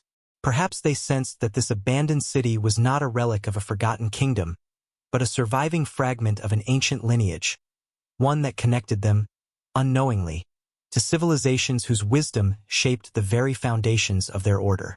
And in the haunting stillness of Petra's red stone corridors, the past almost feels alive, whispering to anyone willing to listen. Persia was a land shaped by fire, by the crackling breath of sacred flames that burned in mountain temples, by the fierce desert sun that forged its warriors, and by the inner fire of a philosophy that saw the universe as a battlefield between truth and illusion. In the shadow of this ancient world stood the Magi, the priestly order of Zoroastrianism. To outsiders, they were mysterious figures clothed in white, tending everlasting fires that never dimmed. But to those who understood them, they were guardians of a profound cosmology, a system of ethics, astronomy, ritual, and mystical knowledge that influenced civilizations far beyond their borders. Long before Greek philosophers wrote of duality or early Christians contemplated the struggle of good and evil, the Magi taught that the universe was governed by two forces: Asha, the principle of truth, order, and illumination, and Druj, the principle of chaos, deception, and darkness. This cosmic struggle unfolded not in distant realms, but within the human heart. Every person was a participant in the battle, and every choice rippled across the cosmos. To serve Asha, the Magi practiced strict discipline. Their lives revolved around purity of thought, body, and ritual. They woke before dawn to recite sacred hymns. They mediated disputes, studied the stars, interpreted dreams, and maintained fire temples where a flame symbolizing divine truth burned without interruption. Fire was not worshipped. It was revered as a symbol of inner clarity, a light that revealed the world as it truly was. This idea, that enlightenment required discipline, truthfulness, silence, and inner fire, would appear centuries later in monastic traditions, mystical brotherhoods, and eventually in the ethos of orders like the Knights Templar. But the Magi did more than preserve ethics. They were astronomer priests who read the sky as if it were a living scripture. Their records tracked the movements of stars and planets with precision. They predicted eclipses, understood seasonal cycles, and used celestial knowledge to determine the timing of rituals. Their observatories, simple platforms on mountaintops, acted as gateways to the heavens. Through them, the Magi developed a system in which cosmology, mathematics, and spirituality merged seamlessly. Some scholars believe the Magi inherited fragments of even older astronomical traditions from Mesopotamia, blending them into their own cosmology. Star charts found in Persia mirror patterns seen in Sumerian tablets, hinting at a shared lineage of ancient skywatching. Yet the Magi added something new, a moral interpretation of the cosmos. For them, the stars were not merely far-off lights. They were symbols of order guiding humans toward truth. Their rituals were equally disciplined. Initiates underwent purification rites involving water, fire, and silence. They memorized sacred texts passed down orally for generations before they were finally written into the Avesta. These texts contained hymns, prayers, and mythic narratives describing the creation of the world, the struggle between forces of light and darkness, and prophecies about cycles of history yet to come. One such prophecy spoke of a future order, warrior sages who would rise when the world needed defenders of truth. These warriors would combine purity of spirit with the discipline of soldiers. They would protect sacred places, serve with humility, and stand against forces of deception. The prophecy does not name this order. It does not describe their faith. but the description bears an uncanny resemblance to later medieval knightly brotherhoods, especially the Templars. Yet the most striking aspect of Zoroastrianism is how widely it spread. Persian influence reached Greece during the time of the Achaemenid Empire. It reached Mesopotamia, where Babylonian astrologers adopted and adapted elements of Persian cosmology. It traveled along the Silk Road, mingling with Buddhist and early Christian ideas. It influenced Jewish thought during the Babylonian captivity, shaping concepts of angels, demons, resurrection, and a final judgment. These ideas later seeped into Christianity and Islam. By the time the Crusaders arrived in the Middle East, the intellectual landscape was richly layered with traces of Persian thought. Mystics in the Islamic world, Sufis, absorbed Zoroastrian ethical ideas and blended them with their own teachings. Gnostic sects in the Levant preserved older dualistic traditions that resemble Zoroastrian cosmology. Even certain desert hermits taught purification and inner illumination in ways that mirrored the practices of the Magi. When the Templars entered this world, they did so with the limited worldview of medieval Europe. But exposure to Persia's intellectual heritage, through local scholars, manuscripts, and interactions with Eastern Christians and Muslim thinkers, expanded their horizons. Some Templar manuscripts later found in European archives contain references to dualistic cosmology, purification rituals, and symbolic uses of light, all ideas rooted in Persian tradition. There are also architectural echoes. Fire temples were built with specific geometric ratios to channel light and energy. Centuries later, Gothic cathedrals, many funded or supported by the Templars, used similar techniques. Their stained glass windows transformed light into sacred color, mirroring the Persian belief that illumination, literal and spiritual, was central to truth. Their vaulted ceilings channeled sound in ways reminiscent of Persian ritual spaces. Even the Templar cross, with its symmetrical shape, resembles ancient Persian symbols of cosmic order. But beyond architecture and ritual, there was a deeper resonance: discipline. Like the Magi, the Templars practiced strict daily routines, prayer at fixed hours, communal meals, silence during specific periods, vows of purity, and unwavering devotion to their mission. Their conception of sacred duty, protecting pilgrims and holy sites, echoes the Magi's role as guardians of truth and custodians of temple fires. The Templars had no direct link to Zoroastrianism, but the similarities suggest that ancient ideas do not disappear. They migrate, evolve, and re-emerge when the world needs them. As Persian empires rose and fell, the Magi adapted, preserving their traditions through war, conquest, and displacement. When Islam spread through Persia in the 7th century, many Magi fled to remote regions, carrying scrolls, star charts, and ritual knowledge hidden beneath their robes. These exiled priests settled in desert communities along trade routes, communities the Crusaders would later pass through. It is not unreasonable to imagine a wandering magus encountering a European knight and recognizing in him the spark of discipline and curiosity that marked a potential initiate. Such encounters may have been fleeting, but ideas can travel faster than armies. In the end, Persia's firekeepers left a legacy that shaped the spiritual architecture of countless cultures. Their dualistic worldview influenced early Judeo-Christian beliefs. Their cosmology shaped the foundations of astronomy. Their rituals informed monastic discipline. Their geometry echoed in cathedrals, and their ethical code, rooted in truth, purity, and inner fire, found new life in brotherhoods that sought to live by principles rather than power. The Templars did not inherit these ideas directly, nor did they fully understand their origins.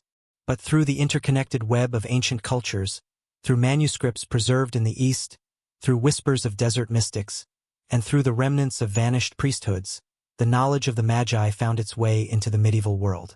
In every illuminated manuscript, in every code of conduct, in every symbolic use of light and shadow, there remains a faint echo of Persia's ancient fire, still burning, still guiding, still whispering of a cosmic struggle between truth and darkness. A struggle that every brotherhood, every seeker, and every age must face anew.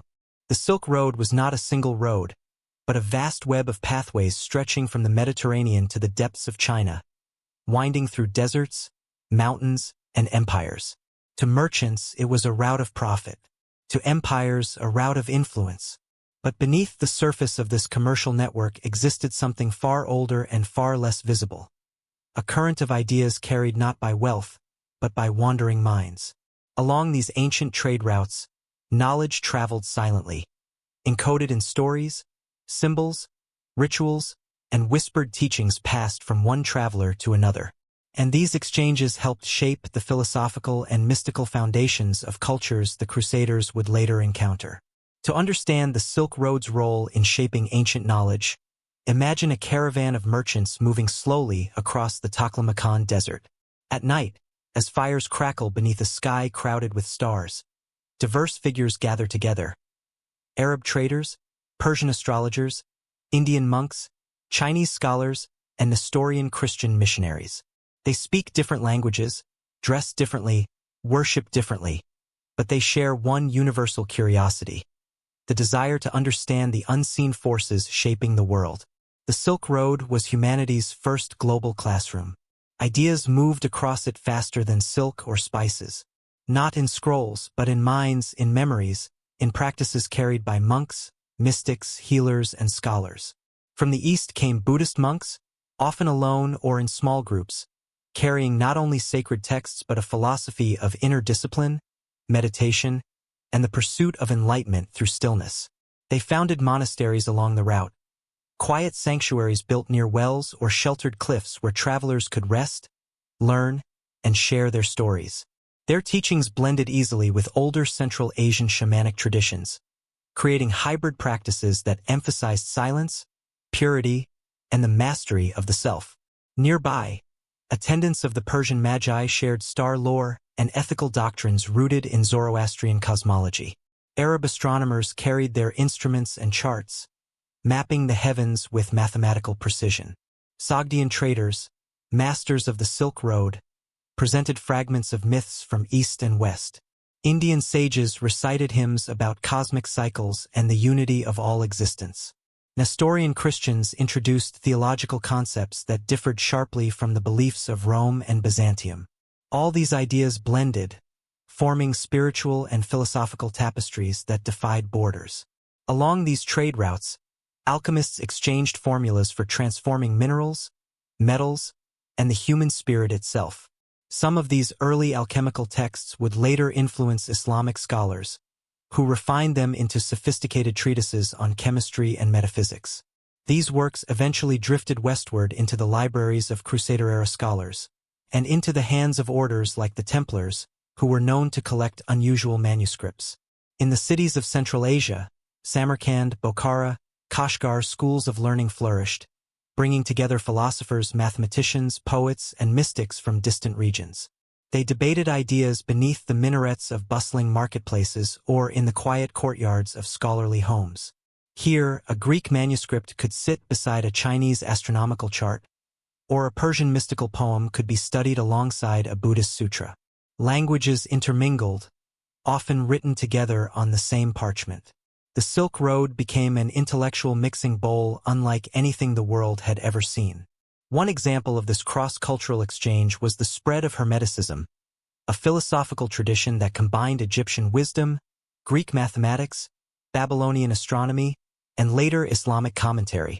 Hermetic texts traveled from Alexandria through Syria and Persia, eventually reaching Central Asia, where they mingled with Buddhist and Taoist ideas. Centuries later, similar Hermetic writings appeared in European archives closely associated with the Templars and other medieval brotherhoods.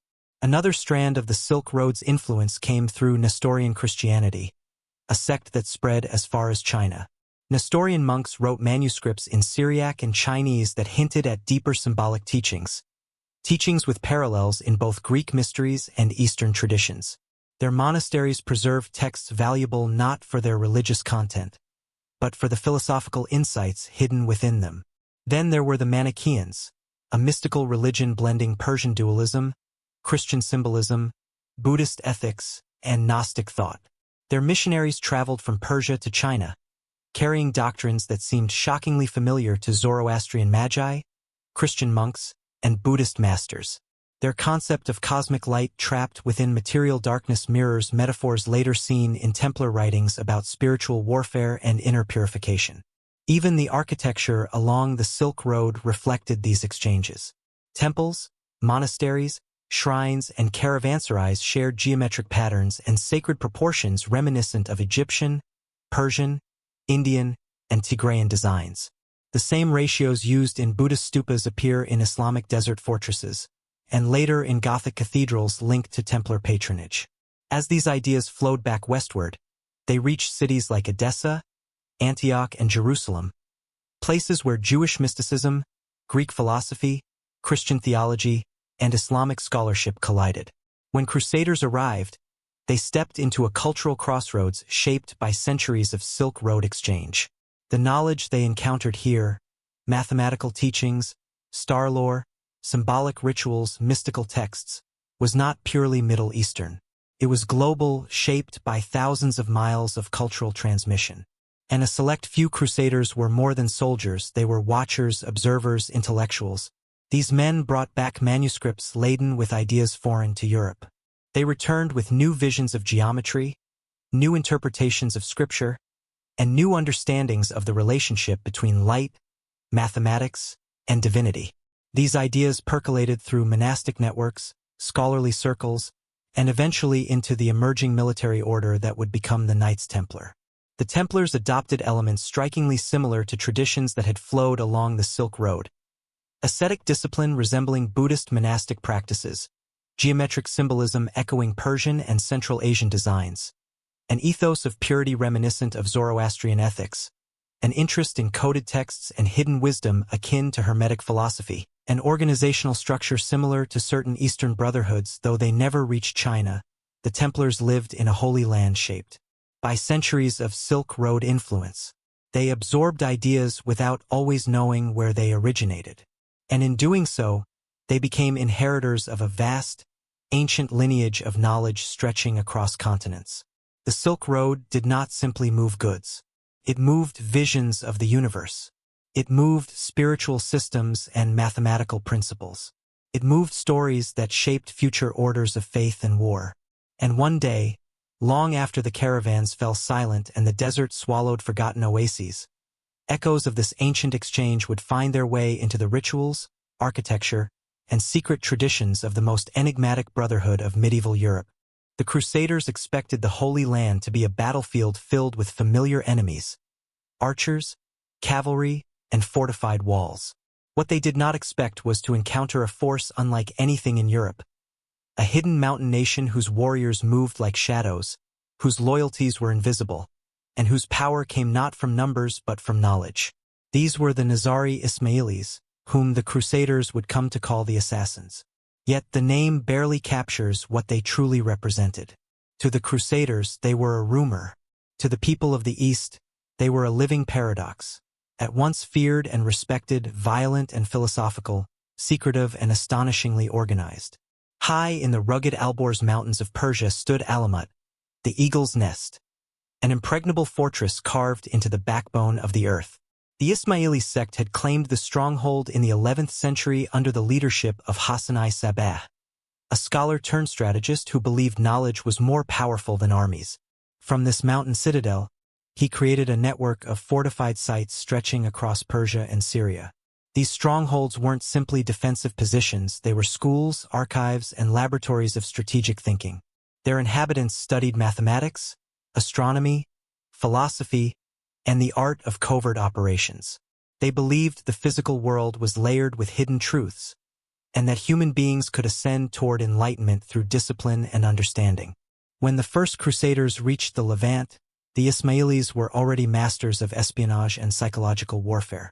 They operated through small groups of agents known as fidei, devoted initiates who were trained not only in stealth and combat but in languages, disguises, and philosophical doctrine. These men lived ascetic lives, taking vows of loyalty and secrecy so severe that death meant nothing to them. This made them appear supernatural to the Crusaders, who were unaccustomed to opponents willing to die with deliberate calm. The stories that emerged, men who infiltrated palaces disguised as servants, who reached kings in their own chambers, who left warning daggers beside pillows, spread quickly across both Muslim and Christian worlds. Yet the truth behind these stories was far more complex. The Ismailis were not motivated by blind fanaticism. They were guided by a belief in the hidden imam, a spiritual leader whose teachings could only be preserved through secrecy and sacrifice.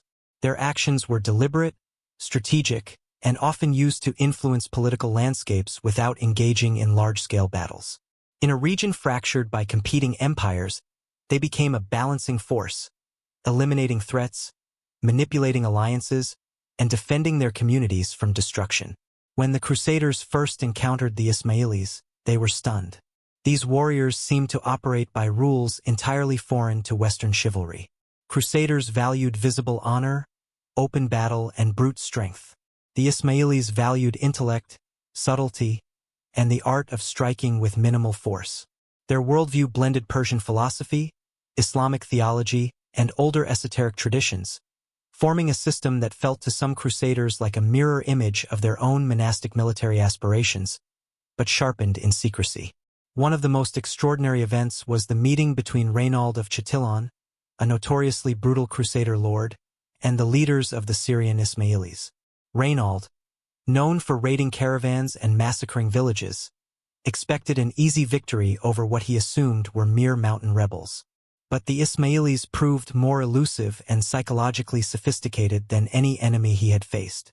Through a series of subtle displays, agents appearing within his own camp, emissaries who seemed to know Reynald's movements before he made them, the Ismailis coerced him into negotiation rather than war. For a crusader lord accustomed to dominance, this was deeply unsettling. Another famous encounter involved Count Henry II of Champagne, who visited the fortress of Masyaf. There, the Ismaili leader demonstrated the absolute devotion of his fidei by ordering 2 men to leap from the fortress walls into the abyss. The crusader was horrified but also impressed. He recognized in this discipline a force far more potent than mere armies. An unshakable belief in purpose, an iron sense of duty, and a willingness to sacrifice everything for a hidden truth. These encounters left a deep impression on the Crusaders, especially on a select few who would later join the Templars. The Templars, unlike other Crusader knights, were not simply soldiers. They were monks bound by vows of obedience, poverty, and discipline. They followed strict routines, trained rigorously, and believed their mission carried spiritual significance. When Templar knights interacted with the assassins, they saw not just enemies, but reflections of themselves. 2 orders, 2 brotherhoods, 2 organizations built on secrecy and hierarchy. Their methods and beliefs were wildly different, yet they shared the same understanding. Power meant little without discipline, and discipline meant little without purpose. Historical records even mention moments of cooperation between the Templars and the Ismailis. Diplomatic envoys crossed between their territories. Certain military campaigns saw temporary alliances, both groups realizing that survival required pragmatism, not dogma. For brief moments, warriors from 2 radically different worlds exchanged not swords, but insights. Templar chroniclers later wrote of the assassins with a mixture of horror and admiration. They spoke of secret schools hidden in mountains, of rituals involving symbolic death and rebirth, of cryptic teachings about light and darkness. They described libraries containing manuscripts the Crusaders could not decipher, texts that mixed Greek philosophy with Persian cosmology and coded metaphysics. Though many Crusaders dismissed these as heretical fantasies, the Templars were not so quick to judge. Their curiosity was stronger than their fear. Some historians believe that Templar exposure to Ismaili methods influenced their own internal organization, their secret chapters, their hierarchical structure, their coded rituals, their emphasis on loyalty and obedience, their belief that knowledge must be earned through discipline. Even the idea of a warrior monk, a soldier philosopher, had a precedent in the East long before the Templars embodied it. The deeper significance of these encounters lies in a simple truth. The Crusaders came expecting to fight a holy war, but instead, they stepped into a world where knowledge, discipline, and ancient traditions shaped power just as much as swords did. The Ismailis challenged their worldview. They revealed that war could be fought through shadows, through ideas, through patience. And among the Crusaders who listened, who watched and learned, something shifted. The Templars, who would soon rise from obscurity to become one of the most powerful orders in Europe, were among those who took this lesson to heart. They realized that the Holy Land was not just a battlefield. It was a repository of ancient knowledge, guarded by people whose traditions stretched back far beyond the Crusades. And in recognizing this, the Templars began to transform, from ordinary knights into something far more enigmatic, something shaped not only by Western faith but by Eastern mystery. In the silent corridors of Alamut and the shadowed fortresses of Syria, the Crusaders found an unexpected mirror, and in that reflection, the origins of a deeper, secret lineage began to take form. Byzantium was a city of contradictions, half fortress, half cathedral, half Roman, half Eastern, a place where ancient wisdom survived even as empires collapsed around it. When Crusaders first glimpsed the shimmering walls of Constantinople rising over the Bosporus, they saw more than a political capital. They saw the last living archive of a world they had only read about in fragments. For 1,000 years, Byzantium had served as a gateway between the old and new worlds, preserving knowledge that might otherwise have vanished into the ashes of time. To the Crusaders, it was dazzling. To the few who understood its deeper significance, it was humbling. For this city held secrets that the West had long forgotten. Constantinople was built on layers, geographical, cultural, intellectual. Beneath its Christian veneer lay the bones of ancient Greek philosophy, Egyptian mysticism, Persian science, and Roman law. Its scholars read Homer and Plato in their original languages. Its astrologers studied Babylonian star lore. Its architects used geometric principles handed down from temple builders in Anatolia. Its monks guarded manuscripts copied from Alexandria's surviving libraries. And its emperors ruled with a sense of destiny rooted in ancient prophecy. To walk through Constantinople was to walk through centuries of accumulated wisdom. In the Great Palace, mosaics depicted mythological cycles echoing the older cosmological models of Egypt and Sumer. In the Hagia Sophia, the architecture carried a mathematical harmony reminiscent of sacred geometry used in prehistoric temples and later in the cathedrals of Europe. The acoustics alone, designed to amplify a single voice into ethereal resonance, suggested a lineage of engineering that connected Byzantium directly to the ancient East. Byzantium did not merely preserve texts, preserved traditions. Its monasteries were more than places of worship, they were laboratories of thought.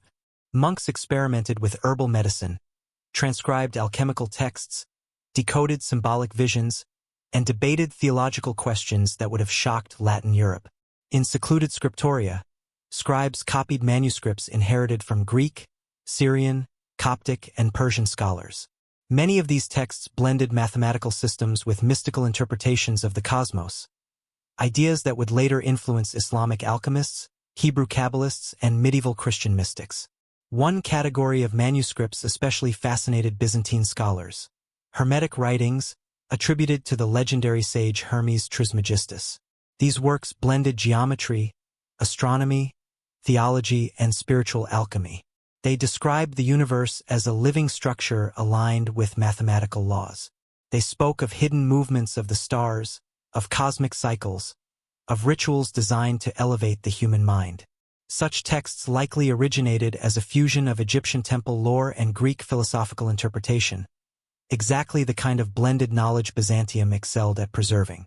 When Crusaders arrived during the First Crusade, they expected a Christian ally.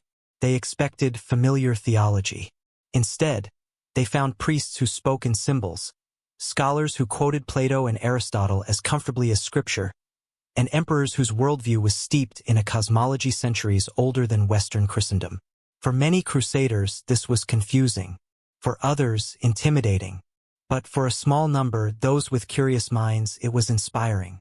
Among these curious observers were future Templars. The nascent idea of a monastic military brotherhood was not entirely foreign to Byzantine culture.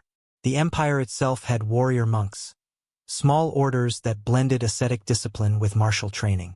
Byzantine generals often consulted scholars who practiced a form of symbolic warfare, reading the heavens for auspicious moments, interpreting dreams as strategic insight, and following doctrines that traced back to Pythagoras, Plato, and Persian magi. The East had long understood that knowledge could shape power just as effectively as swords. It is likely that some early crusaders glimpsed this interplay of intellect and war, and carried the idea with them as they traveled deeper into the Holy Land. Moreover, Byzantium held manuscripts describing the very lands the Templars would soon explore. Maps of Jerusalem drawn by early Christian pilgrims. Commentaries on the Temple of Solomon based on Greek and Jewish sources.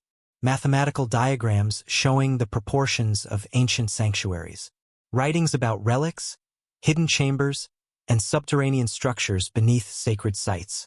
Some of these documents referenced older traditions, Phoenician, Nabatean, and Babylonian, that Byzantium had inherited from its eastern provinces. When the Crusaders breached deeper into the Levant, they unknowingly stepped into territories Byzantium had studied and mapped for centuries. In a sense, they walked into the pages of manuscripts the Byzantines had kept alive. The Fourth Crusade would later shatter this relationship, as Crusaders infamously sacked Constantinople in 1204. In that moment, countless treasures vanished, art, relics, and manuscripts that represented a millennium of preserved knowledge. Some texts were destroyed outright. Others were stolen and carried westward. Among these stolen items were manuscripts containing esoteric teachings, geometric diagrams, and enigmatic writings that had no place in Western libraries. These works became prized possessions in certain circles, especially among groups like the Templars, whose interest in ancient wisdom had already begun. Some scholars believe the Templars obtained Byzantine manuscripts long before the Fourth Crusade, during peaceful exchanges with scholars, through marriages between noble families, or through quiet negotiations with monastic communities. But after 1204, the flow of Byzantine knowledge into Western Europe accelerated. And much of this knowledge ended up in the hands of knightly orders, clerical scholars, and cathedral builders connected to the Templars. The architectural revolution that followed, the rise of Gothic cathedrals, bears traces of Byzantine engineering, itself rooted in Egyptian and Greek geometry.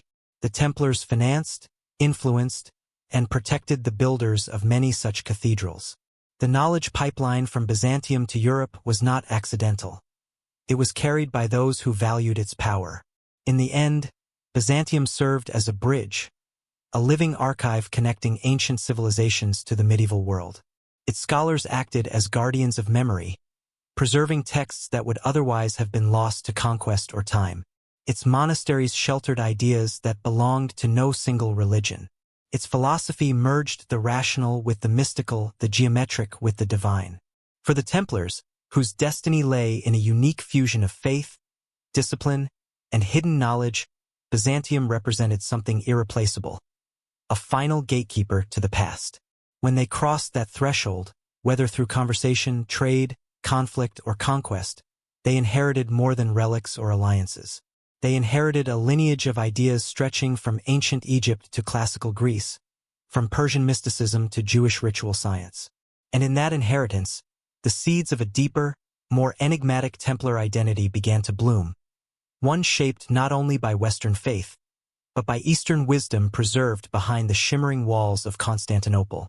Long before the Knights Templar carved their name into history, long before the Crusader armies marched under gilded crosses, there were men living in silence along the rocky hills and sacred pathways of Jerusalem, men whose lives shaped the spiritual framework the Templars would later inherit.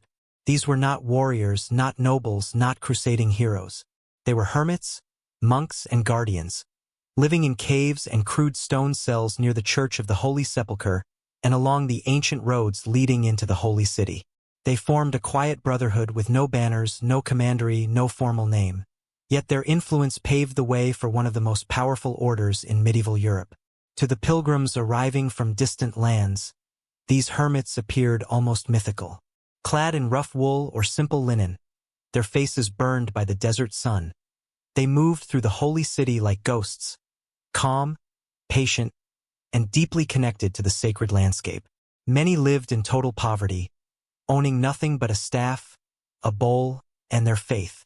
Their days followed strict rhythms: prayer at sunrise, silence at noon, vigil at night.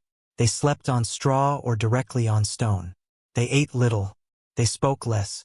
And yet, these men were the spiritual backbone of Jerusalem. After the collapse of Roman authority and during the centuries before the First Crusade, the Holy Land was a mosaic of rulers, Byzantine, Arab, Fatimid, each bringing their own political tides. But through all these changes, the hermits and early monastic communities endured.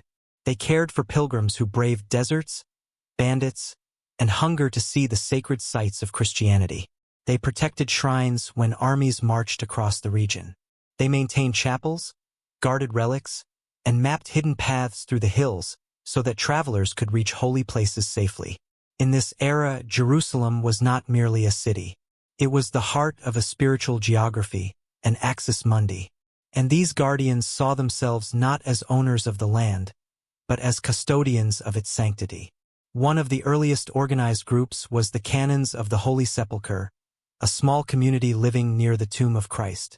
They were not soldiers, yet they performed a duty analogous to guardianship. They watched over the constant flow of pilgrims, offering shelter, food, and, when necessary, protection. They studied scriptures, copied manuscripts, and practiced rituals so ancient that some believed they descended from the earliest followers of Jesus. Nearby, independent hermits lived in caves along the Kidron Valley or near the Mount of Olives, places already considered sacred during the Second Temple period.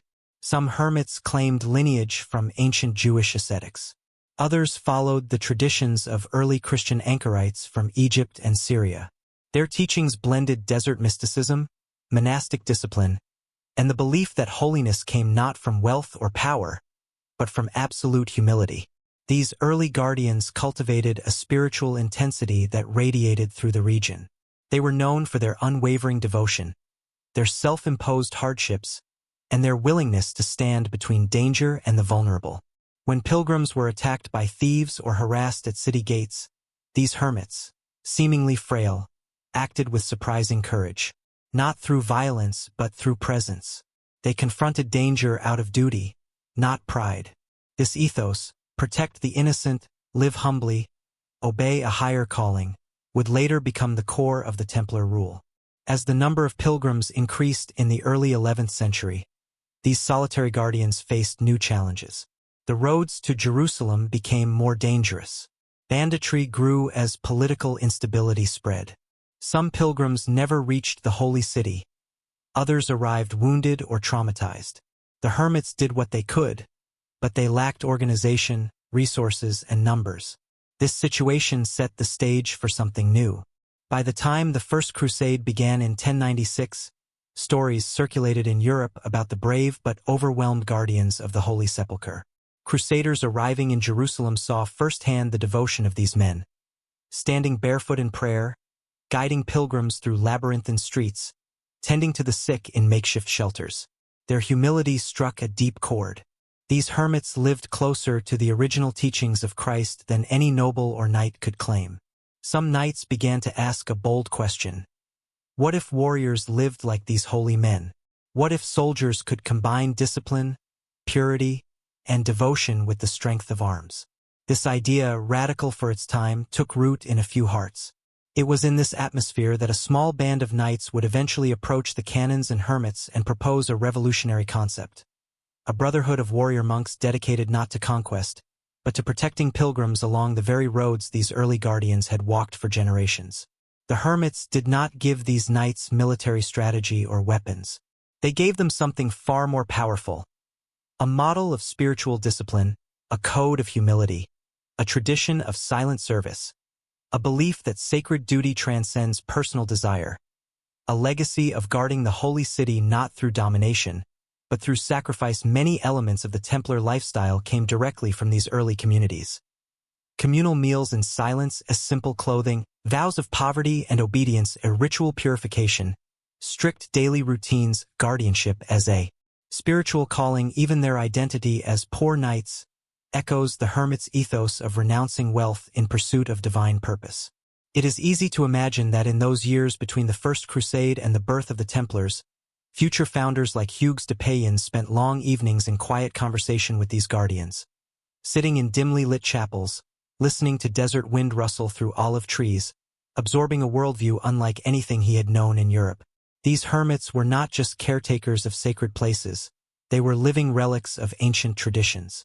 Their silence held echoes of lessons learned from desert mystics, early Christian anchorites, Jewish ascetics, and perhaps even older brotherhoods whose names had long been forgotten. When the Templars finally emerged, they bore the unmistakable imprint of these early guardians. Their mission, their vows, their discipline, their spiritual intensity, all were extensions of practices shaped by centuries of ascetic devotion in the shadows of Jerusalem's holy sites. The hermits of the Holy Sepulchre did not seek glory. They sought only to serve, and in doing so, they unknowingly inspired one of the most influential and enigmatic orders in medieval history. Their quiet footsteps along the pilgrim paths laid the stones upon which the Templars would build a legacy that changed the world. The Templar story did not begin with divine inspiration or a single heroic figure. It began in exhaustion, fear, and awe, in the realization that the Holy Land was a place of immense danger and profound ancient wisdom. The First Crusade did not just conquer a city. It transformed the men who survived it. And among those transformed were the individuals who would soon form a small, humble, but revolutionary order, one destined to become the most enigmatic brotherhood of the medieval world. The origins of the Knights Templar do not begin with a grand council, a royal decree, or a divine revelation. They begin with 9 men, ordinary knights by medieval standards, yet shaped by extraordinary experiences. These men, hardened by the First Crusade, haunted by what they had seen, and humbled by the sacred land they had fought to claim, found themselves drawn towards something beyond warfare. They felt the pull of a purpose that did not yet have a name, a purpose forged from suffering, curiosity, and a sense that God had placed them in the Holy Land not merely to fight, but to seek. The year was around 1119. Jerusalem was still fragile, surrounded by enemies and governed by uncertain alliances. Pilgrims continued to flock to the holy city, driven by devotion yet often falling victim to bandits, raiders, and shifting political turbulence. The roads, dusty, narrow, and winding through hostile terrain, were dangerous. The city's rulers knew this, but lacked the manpower to protect every traveler. The hermits and monks who once guided pilgrims did what they could, but the task had grown too large. Into this tense atmosphere stepped Hugues de Payens, a French knight whose quiet intensity set him apart from other warriors. Hugues was not a man of loud speeches or theatrical piety. He carried wounds, physical and spiritual, from the crusade. He had seen the carnage of Antioch, the desperation of Jerusalem's siege, and the overwhelming complexity of the land's ancient traditions. The Holy Land had changed him, as it changed all who walked its dust. Alongside him was Godfrey de Saint-Omer, another knight who had survived battles that should have ended his life. He, too, felt the weight of something unspoken, a sense that victory in the Holy Land was hollow without purpose, that war without virtue was merely bloodshed. Together, they gathered a small band of like-minded knights, 9 in total. 9 men who believed the Holy Land demanded not conquerors, but guardians. Not lords, but servants. The number 9 is curious. It appears in mystical traditions across centuries. 9 archangels, 9 sacred spheres, 9 stages of spiritual ascent in various ancient texts. Whether these knights chose the number deliberately or whether it was coincidence remains unknown. But to later historians and mystics, the symbolism was impossible to ignore. Their mission was deceptively simple, to protect pilgrims traveling to Jerusalem. But the simplicity hides a deeper truth. These 9 were not just volunteers, they were seekers. They had spent years moving through ruined temples, witnessing rituals of Eastern monks, hearing rumors of secret scrolls hidden in desert caves, passing through lands where Sumerian, Nabatean, Persian, and Greek knowledge converged. They had seen Byzantium's mystical Christianity, the hermits of the Holy Sepulchre, the discipline of the Ismaili assassins, the sciences preserved in Muslim courts, and the fragments of ancient civilizations buried beneath holy ground. And in all this, they sensed a pattern, an unseen lineage, a forgotten chain of wisdom stretching across ages. It is no coincidence that these knights chose a life of poverty, chastity, and obedience. They sought to live like the hermits they had met, men who had shown them that holiness could be worn like armor. They wanted to combine the desert ascetic's purity with the knight's discipline. They wanted to forge a new kind of brotherhood, one that served not kings or crusades, but something older and more enduring.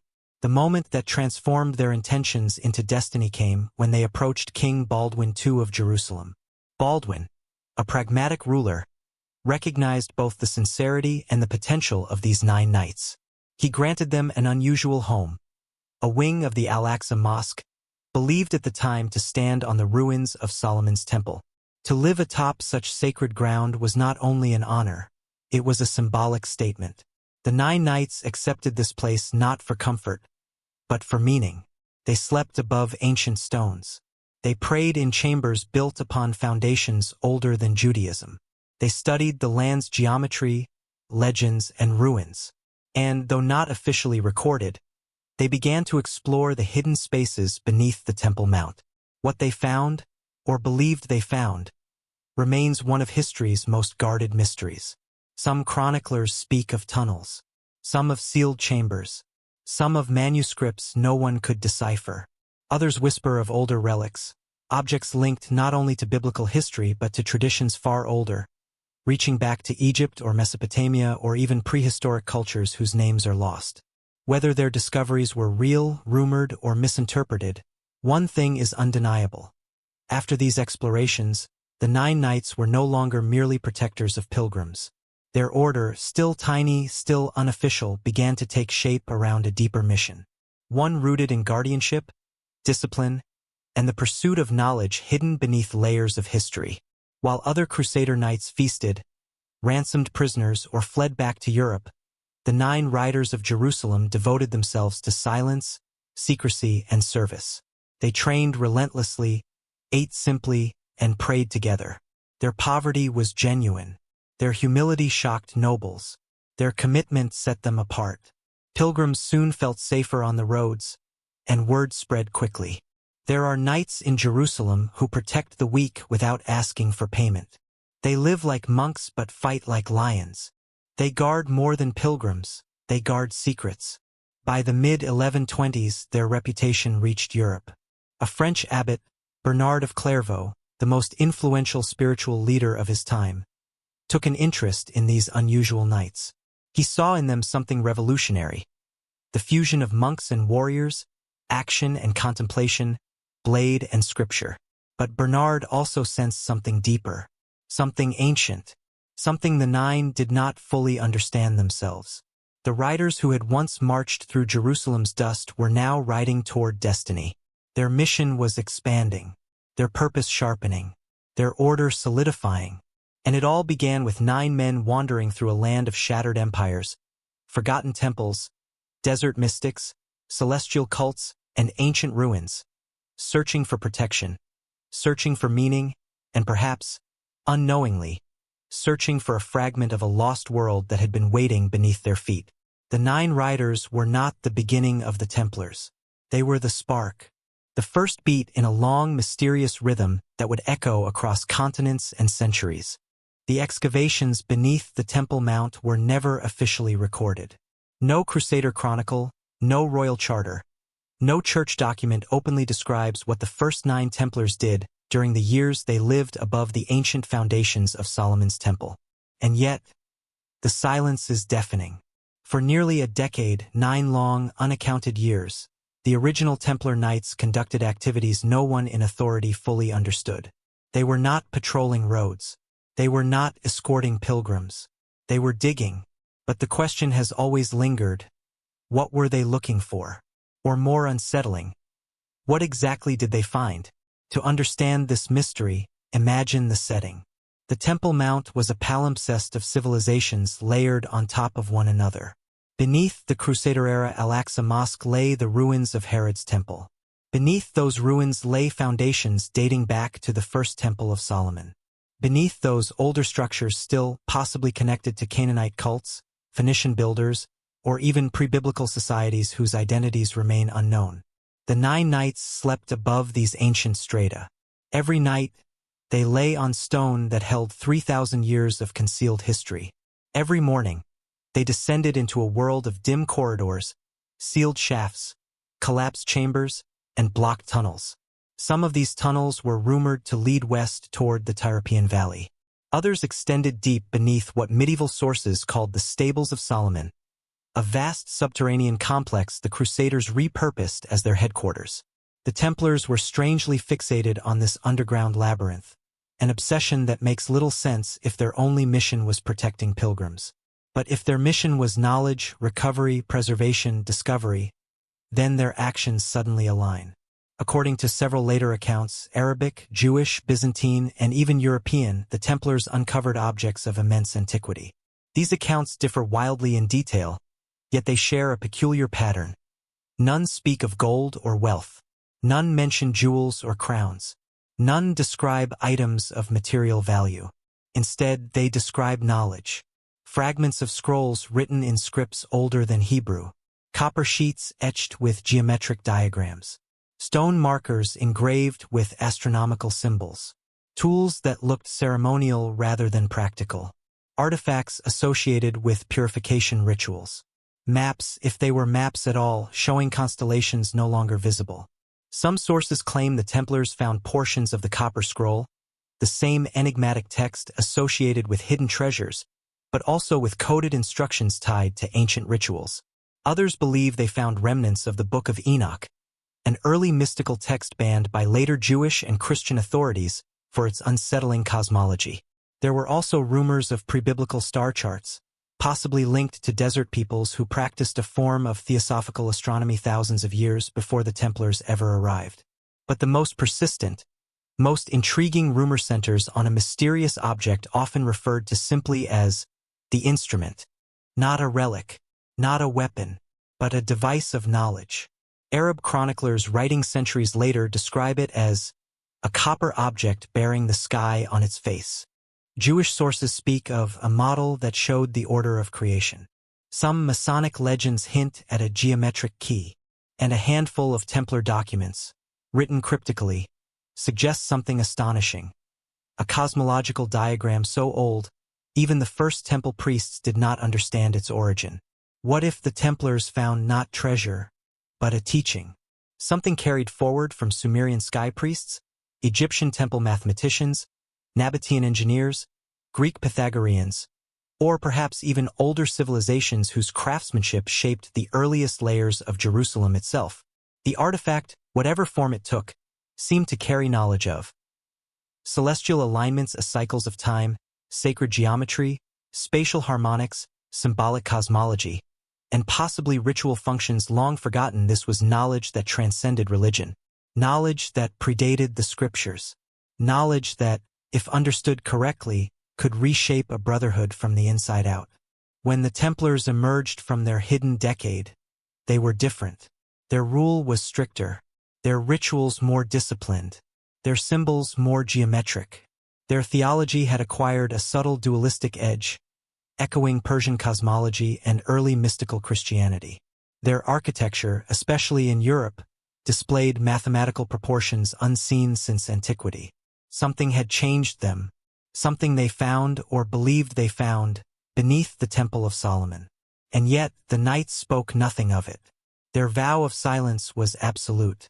They offered no explanation, no testimony. Even Bernard of Clairvaux, their spiritual patron, hinted in one of his sermons that the Templars possessed a wisdom not taught by any mortal master. Historians struggle to understand how a small, obscure band of knights transformed into the most disciplined, organized, and philosophically unique order of the Middle Ages. Their sudden rise makes no sense, unless they had access to something extraordinary. No European brotherhood of that era possessed. Their architectural precision, their mathematical symbolism, their ritual complexity, their secretive hierarchical structure, their near-mystical discipline, their fascination with old manuscripts, their deep knowledge of the Holy Land's buried past unless, during those years beneath the Temple Mount, the 9 riders stumbled upon something not intended for their age, or any age, perhaps a relic, perhaps a text, perhaps a fragment of a tradition preserved by those who lived long before the temple was ever built. Whatever it was, it changed the Templars. It redefined their mission. It gave them a sense of destiny beyond the battlefield. It turned them from mere knights into custodians of something ancient. And, as the centuries progressed, rumors whispered one more terrifying possibility. The knowledge they unearthed was the reason powerful rulers later feared them enough to burn them alive.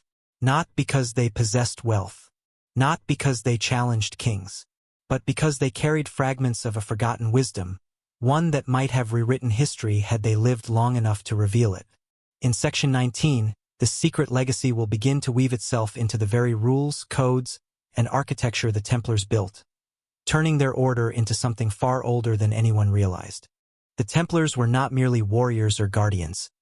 They were practitioners of sacred rituals that intertwined faith, intellect, and secrecy.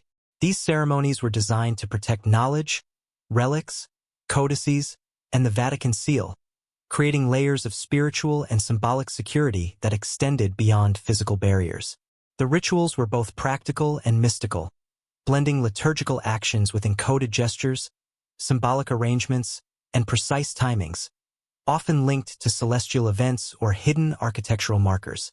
To participate in a ritual was to engage simultaneously with history, devotion, and human ingenuity. The lost rituals of the Templars are known primarily through fragmented codices and scattered accounts, but their purpose is unmistakable. They sanctified chambers, activated hidden mechanisms, and guided guardians through complex networks of tunnels, libraries, and encoded spaces. Each movement, chant, or arrangement of objects was deliberate, often designed to align the physical, intellectual, and spiritual dimensions. A misplaced gesture or misinterpreted instruction could render a chamber inaccessible, compromise a relic, or obscure knowledge that had been preserved for centuries. The stakes were immense, demanding unwavering attention and discipline from the initiates. One recurring feature of these rituals was their integration with time and celestial observation. Knights often performed ceremonies at specific hours, days, or seasons, when the alignment of sunlight, moonlight, or stars would illuminate symbols, inscriptions, or hidden markers. Light falling across a fresco, a floor tile, or a statue could reveal a pattern or code otherwise invisible. Some rituals required the movement of the Vatican seal in conjunction with these alignments, ensuring that only those with knowledge, patience, and precise timing could unlock the next stage of the Templars' network. The combination of astronomy, symbolism, and sacred practice demonstrates the remarkable sophistication of these ceremonies. The rituals also emphasized moral and intellectual preparedness. Knights were expected to meditate, recite specific prayers, and reflect on ethical principles before performing actions that could affect the preservation of knowledge. The ceremonies were designed to test not only skill and attention but also character and spiritual alignment. A guardian who approached a ritual with arrogance, impatience, or misunderstanding risked failure, reinforcing the Templars' belief that the protection of knowledge was inseparable from moral responsibility. In this way, the lost rituals served as both safeguard and teaching tool, shaping the human guardians entrusted with the Order's most sacred secrets. Objects used in the rituals were often symbolic or functional. Relics, codices, and even the Vatican seal played critical roles, sometimes arranged in precise geometries, manipulated in specific sequences, or placed to interact with hidden architectural markers. Other elements were purely symbolic: candles, incense, or gestures representing virtues, celestial bodies, or sacred principles. These components created a multi-layered system in which action, object, and intention combined to achieve both protection and revelation. The Templars' rituals were thus living systems of encoded knowledge, requiring human interpretation, devotion, and precision to function fully. Historical accounts suggest that some rituals were designed to activate hidden chambers or reveal concealed relics. For example, a codex might describe a ceremonial movement that, when performed correctly, aligned with architectural markers or inscriptions to expose a secret passage. In other cases, relics themselves were positioned during rituals to interact with light, symbols, or encoded mechanisms, effectively safeguarding them until the ritual was properly performed. These practices demonstrate that the Templars' rituals were not merely symbolic. They were functional instruments of protection, intelligence, and spiritual alignment. The human element in these rituals cannot be overstated. Knights dedicated years to learning the correct sequences, memorizing codes, and understanding the interconnections between celestial events, architecture, relics, and codices. Guardians often performed rituals in isolation, under strict secrecy, or in collaboration with a select few, ensuring that the knowledge remained protected from unworthy hands. The physical and intellectual demands of the ceremonies reinforced discipline, vigilance, and loyalty, qualities essential to maintaining the integrity of the Templars' hidden network. Over time, many of the rituals were lost, partially obscured by the suppression of the order, the destruction of codices, and the secrecy surrounding the Templars' activities. Yet traces remain in manuscripts, architectural anomalies, and oral traditions, suggesting the profound complexity and sophistication of these practices. Scholars attempting to reconstruct them often encounter layered instructions, symbolic repetitions, and encoded sequences, reflecting the Templars' meticulous care in safeguarding knowledge while testing human understanding and devotion. The lost rituals of the Templars reveal a worldview in which human skill, moral integrity, and spiritual alignment are inseparable from the protection of knowledge. They demonstrate that secrecy was not merely physical but also ethical and intellectual, requiring guardians to be disciplined, perceptive, and morally grounded. Every gesture, chant, or alignment was both a safeguard and a lesson, reinforcing the order's understanding that knowledge, power, and faith demand responsibility. Ultimately, these rituals form an invisible yet integral layer of the Templars' hidden network. They connect tunnels, codices, libraries, relics, and the Vatican seal into a coherent system of protection and revelation. Though partially lost to history, they stand as a testament to the order's genius, discipline, and devotion, reminding us that the preservation of sacred knowledge requires not only ingenuity but also courage, vigilance, and unwavering moral commitment. To glimpse even a fragment of these rituals is to step into the Templars' world, where secrecy, faith, and intellect converge in a delicate balance that has endured for centuries. Some rituals were performed only before the master. Some vows were taken in private. Some teachings were whispered only to knights who had proven absolute loyalty. This structure mirrors ancient systems of guarded knowledge. The Magi of Persia, the Essenes, the Orphic initiates, the Pythagoreans, and even the priestly classes of Egypt.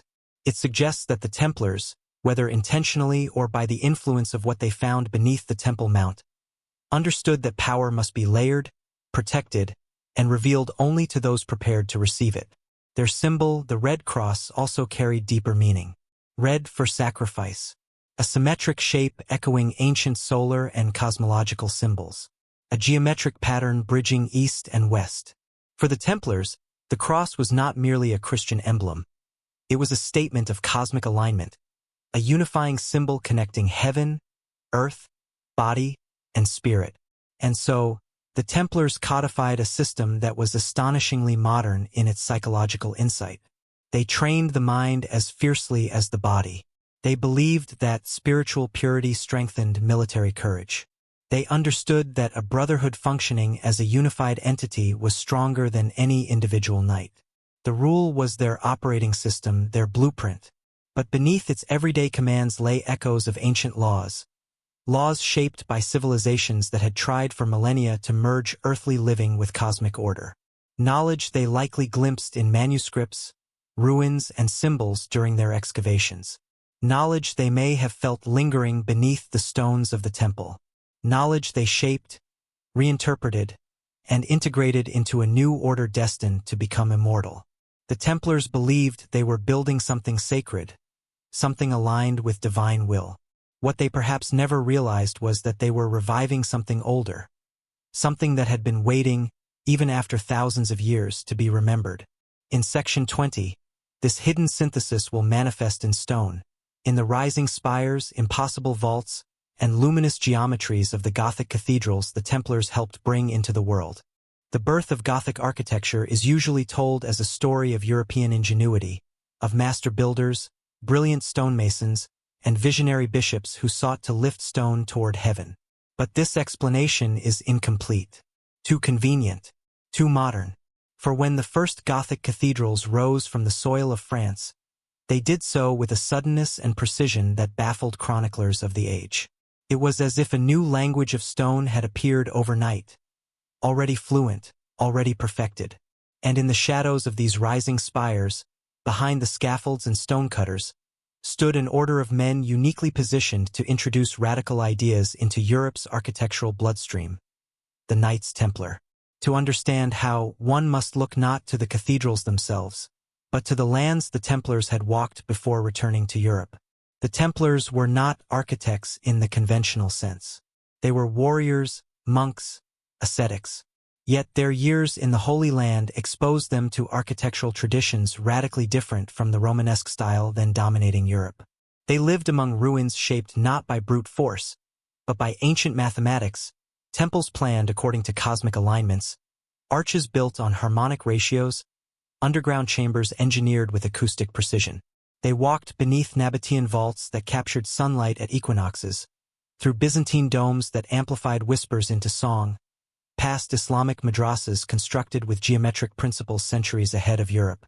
And, most importantly, they spent nearly a decade living directly above the remains of the Temple of Solomon, a structure described in ancient texts as built according to divine mathematics. Whether this architecture truly survived beneath the mount is a matter of speculation. But what is certain is that the Templars came into close contact with manuscripts, diagrams, proportions, and symbolic geometries tied to traditions long older than medieval Europe. So when they returned west, they came not only as warriors, but as carriers, bearers of an architectural lineage that reached back to Egypt, Phoenicia, Greece, Persia, and beyond. The sudden birth of Gothic architecture around the 1130s aligns almost precisely with the Templars' rise in influence. Abbot Suger of St. Denis, the man credited with launching the Gothic Revolution, had deep political ties to the Templar order. He admired their discipline, their simplicity, their mysticism, and above all, he admired their understanding of light. Light was everything in Gothic design. Not just illumination but theology. Not just beauty but cosmology. Not just artistry but science. The Templars had spent years observing Eastern traditions, in which light symbolized divine consciousness, cosmic order, the balance of forces. Persian magi used light as sacred metaphor. Byzantine churches choreographed sunlight into ritual meaning. Islamic architects crafted intricate lattices that turned daylight into geometry. So when Gothic architects began sculpting walls into windows and windows into vast stained glass canvases, they were not inventing, they were translating. They were bringing into Europe a philosophy of light the Templars had seen embodied in sacred structures stretching from Jerusalem to Constantinople to Cairo. Then came the pointed arch. This is often attributed to Islamic architecture, and indeed, the arch had been mastered centuries earlier in the Middle East. But Europe had largely ignored it until the mid-12th century, precisely when Templars returned from the Holy Land in large numbers. The pointed arch offered unprecedented advantages. It distributed weight more efficiently, it allowed for taller structures, it accommodated irregular spaces, it enabled higher windows to the Templars, who had studied Persian Iwans, Fatimid mosques, and Byzantine basilicas. The pointed arch was not exotic, it was familiar. Its proportions echoed the sacred geometry they had absorbed in Eastern manuscripts and underground chambers. Next came ribbed vaulting, flying buttresses, tracery, elevated choirs, crypt expansions, and vast rose windows, all appearing with astonishing speed in cathedrals built under Templar influence or patronage. Chartres, Reims, Amiens, Lyon, Bourges, these were not isolated marvels. They were coordinated expressions of a new architectural intelligence. In these cathedrals, one finds geometry everywhere. Circles symbolizing eternity, squares reflecting earthly order, octagons bridging heaven and earth of vesica piscis proportions used in ancient Egyptian and Greek design, golden ratios that appeared in Pythagorean and Near Eastern mathematics, precise alignments with equinox and solstice light. These patterns were not by chance. They came from a worldview that saw the cosmos as a mathematical organism, an idea deeply rooted in Hermetic, Pythagorean, and Eastern traditions the Templars had encountered. Perhaps most telling is the layout of several Templar churches themselves. Unlike conventional European churches, Many were circular, modeled directly after the Church of the Holy Sepulchre in Jerusalem, a structure built atop even older sacred geometries. But some scholars note that these round churches also resemble Nabatean ceremonial chambers, Roman Mithraic temples, Byzantine martyr ion structures, pre-Christian ritual spaces designed around the movements of the sun. The Templars were not copying one tradition. They were synthesizing many. Their European commanderies often included architectural motifs that made no sense in Western Christian theology but aligned perfectly with Eastern esoteric symbolism.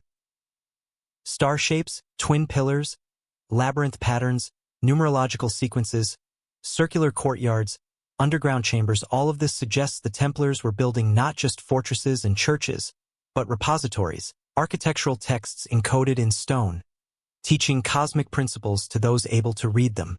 Even the Gothic emphasis on height has deeper meaning. Medieval chroniclers wrote that to stand in a Gothic nave was to feel oneself drawn upward, pulled toward heaven by invisible forces. But this sensation is not only spiritual, it is mathematical. Gothic structures manipulate perspective, acoustics, and light to create an illusion of infinite ascent.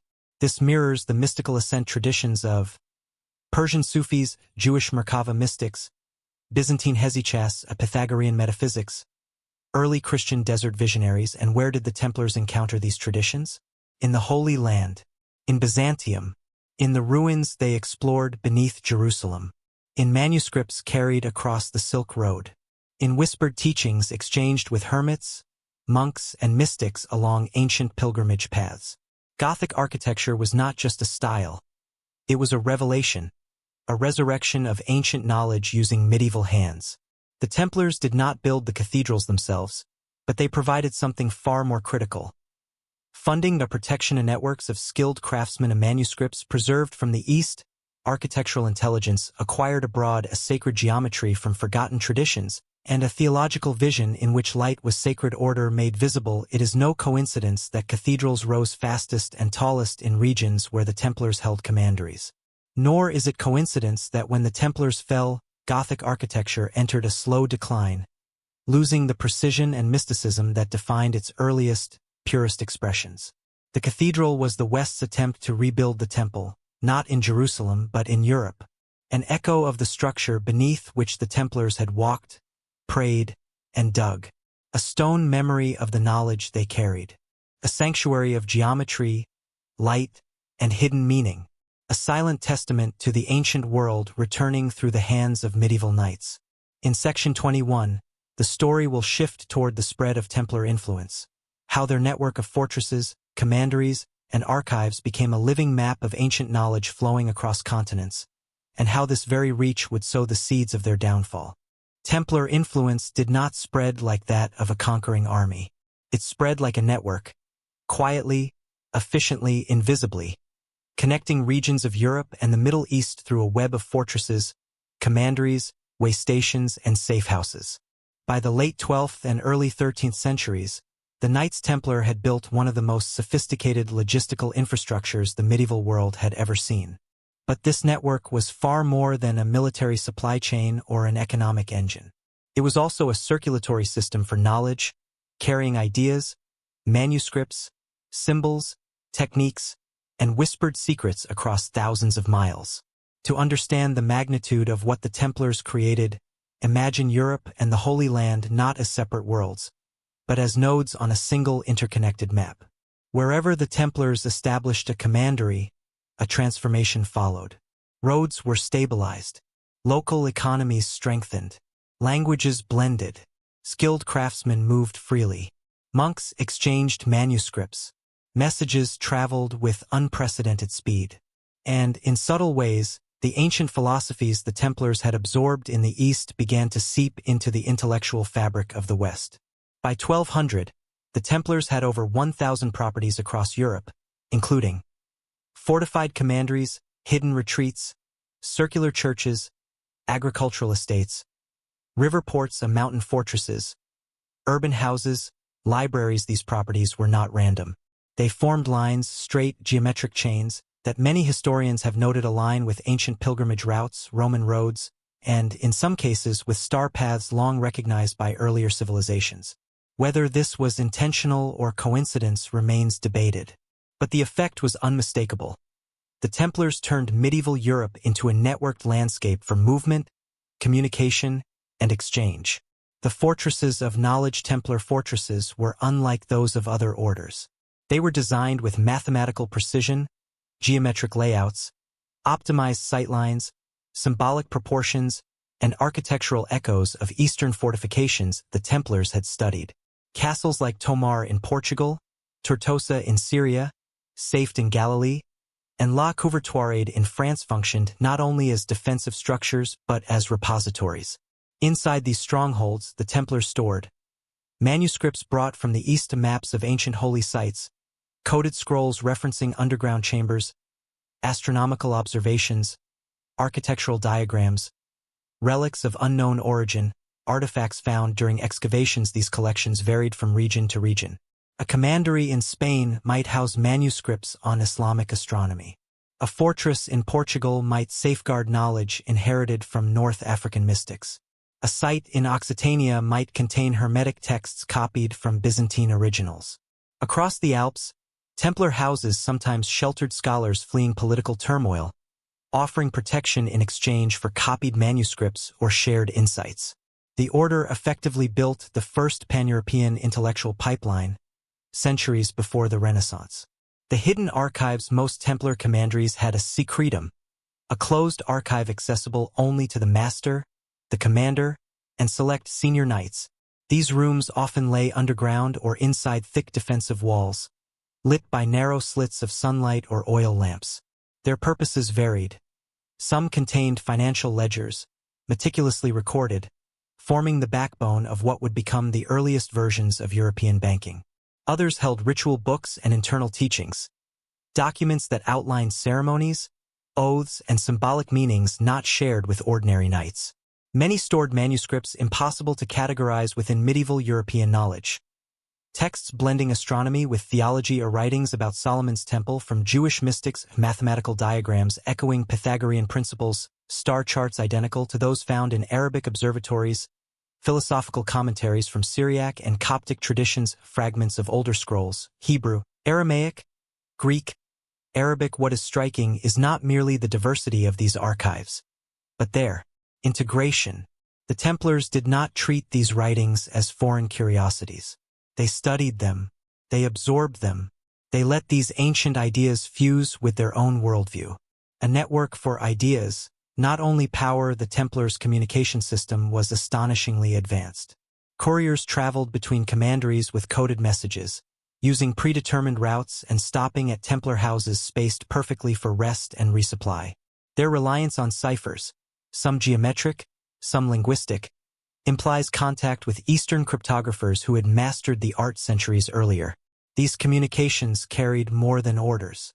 They carried esoteric concepts, architectural innovations, mystical interpretations of scripture, symbolic diagrams, encoded commentaries. A master builder at Chartres could receive proportions inspired by Eastern architecture through this network. A Templar commander in Aragon might receive a translation of an Arabic manuscript on celestial mechanics. A knight in Burgundy could study rituals influenced by desert mystics. In this way, the Templar network acted as the first international conduit for cross-civilizational wisdom. Europe transformed. The Templars did not operate in intellectual isolation. Their properties often became nodes where the following groups intersected: local scholars, cathedral architects, a Jewish mystics, a Muslim diplomats, a Byzantine priests, itinerant craftsmen, philosophers fleeing persecution, early physicians and herbalists. These interactions produced hybrid ideas that reshaped European culture.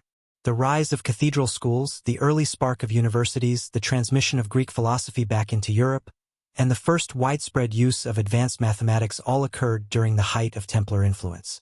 Even European law and finance began to shift.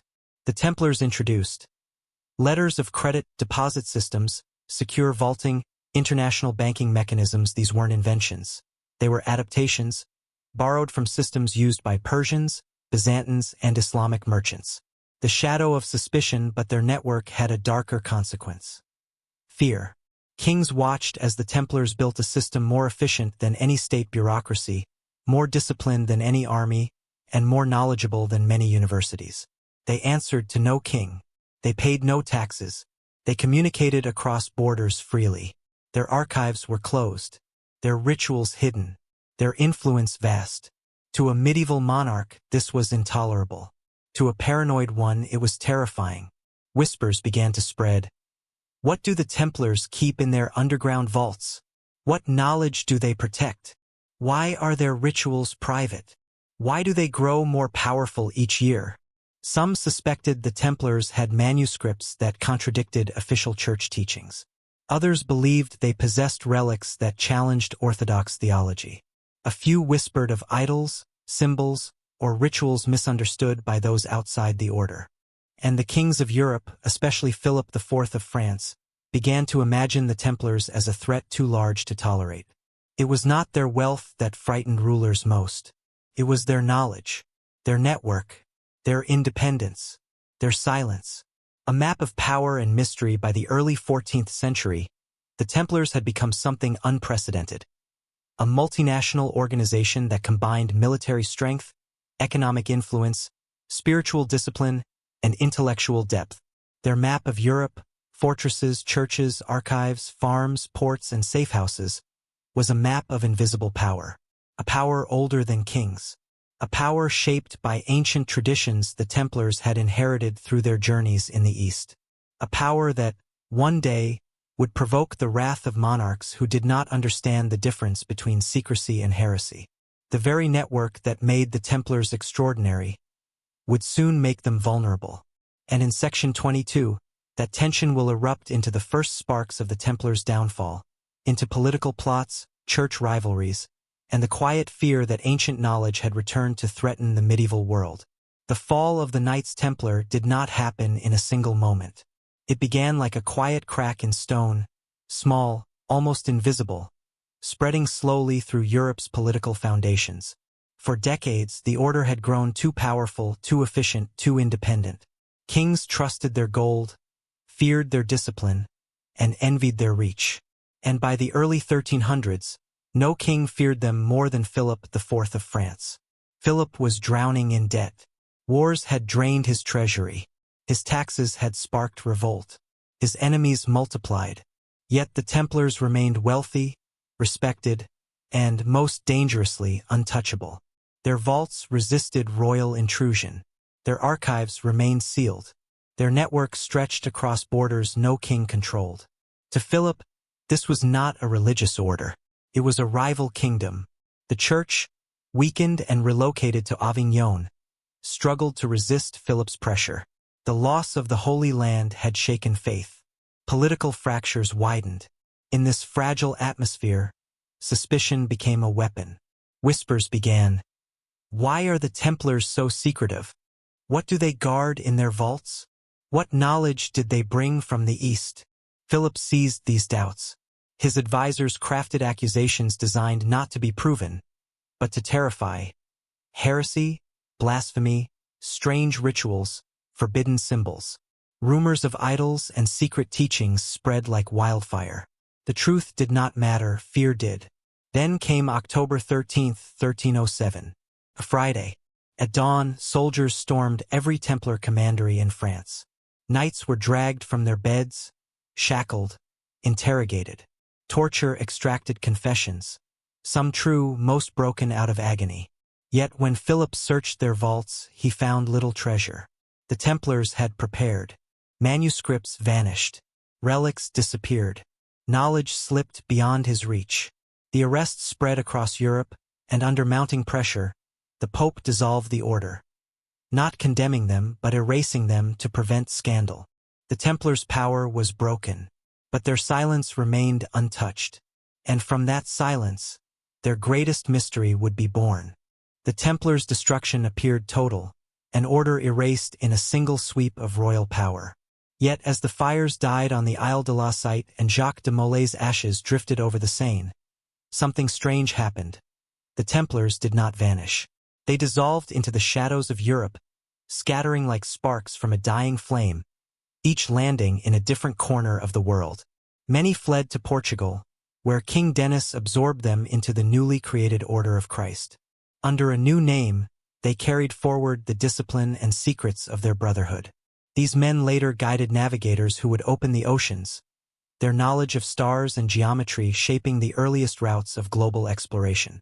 Others escaped to Scotland, beyond the reach of papal authority.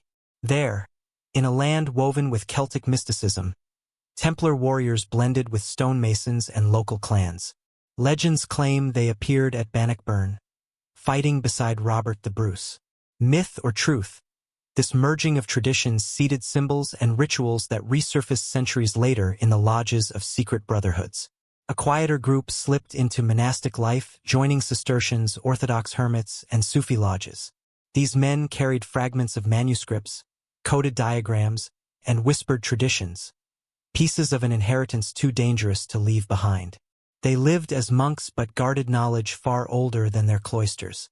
Some wandered through Europe, integrating with guilds that built cathedrals. Their understanding of geometry blended seamlessly with the craft of stonecutters, influencing designs that echoed the sacred proportions of the East. The world believed the Templars had been destroyed. In truth, they had been transformed. Their physical order ended.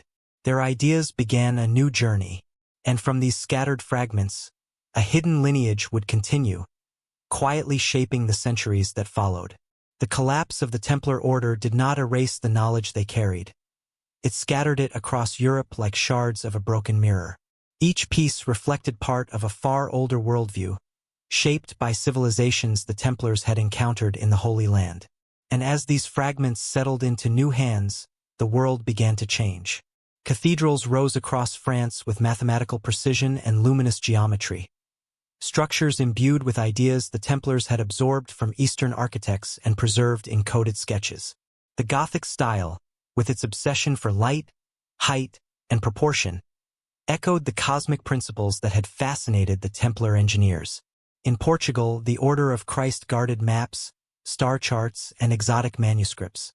These guides helped set in motion the great voyages that reshaped Earth's boundaries.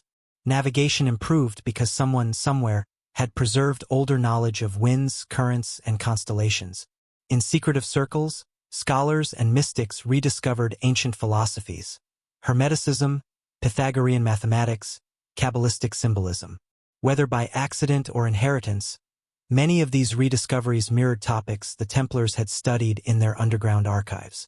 Ideas long dormant returned with surprising force. Guilds of stonemasons adopted symbols that echoed Templar designs: compasses, stars, geometric keys, twin pillars.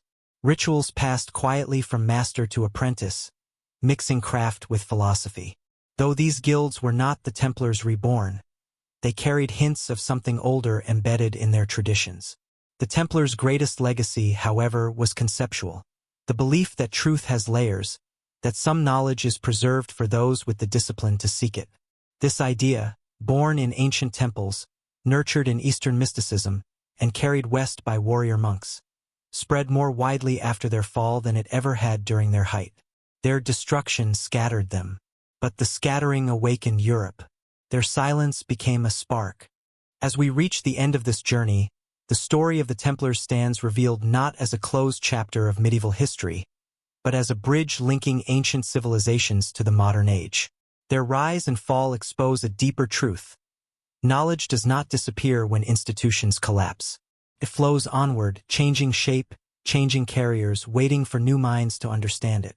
Today, the Templars live on not in armies or fortresses, but in ideas. In architecture that expresses cosmic order. In symbols that appear in guilds and societies. In the rediscovery of forgotten philosophies. In the persistent human belief that hidden truths survive beneath the surface of history. Their fate invites a new question. Did the Templars fully understand the significance of what they carried? Or were they simply guardians of fragments, holding pieces of a puzzle meant for a future age? Across Europe and the Middle East, clues remain.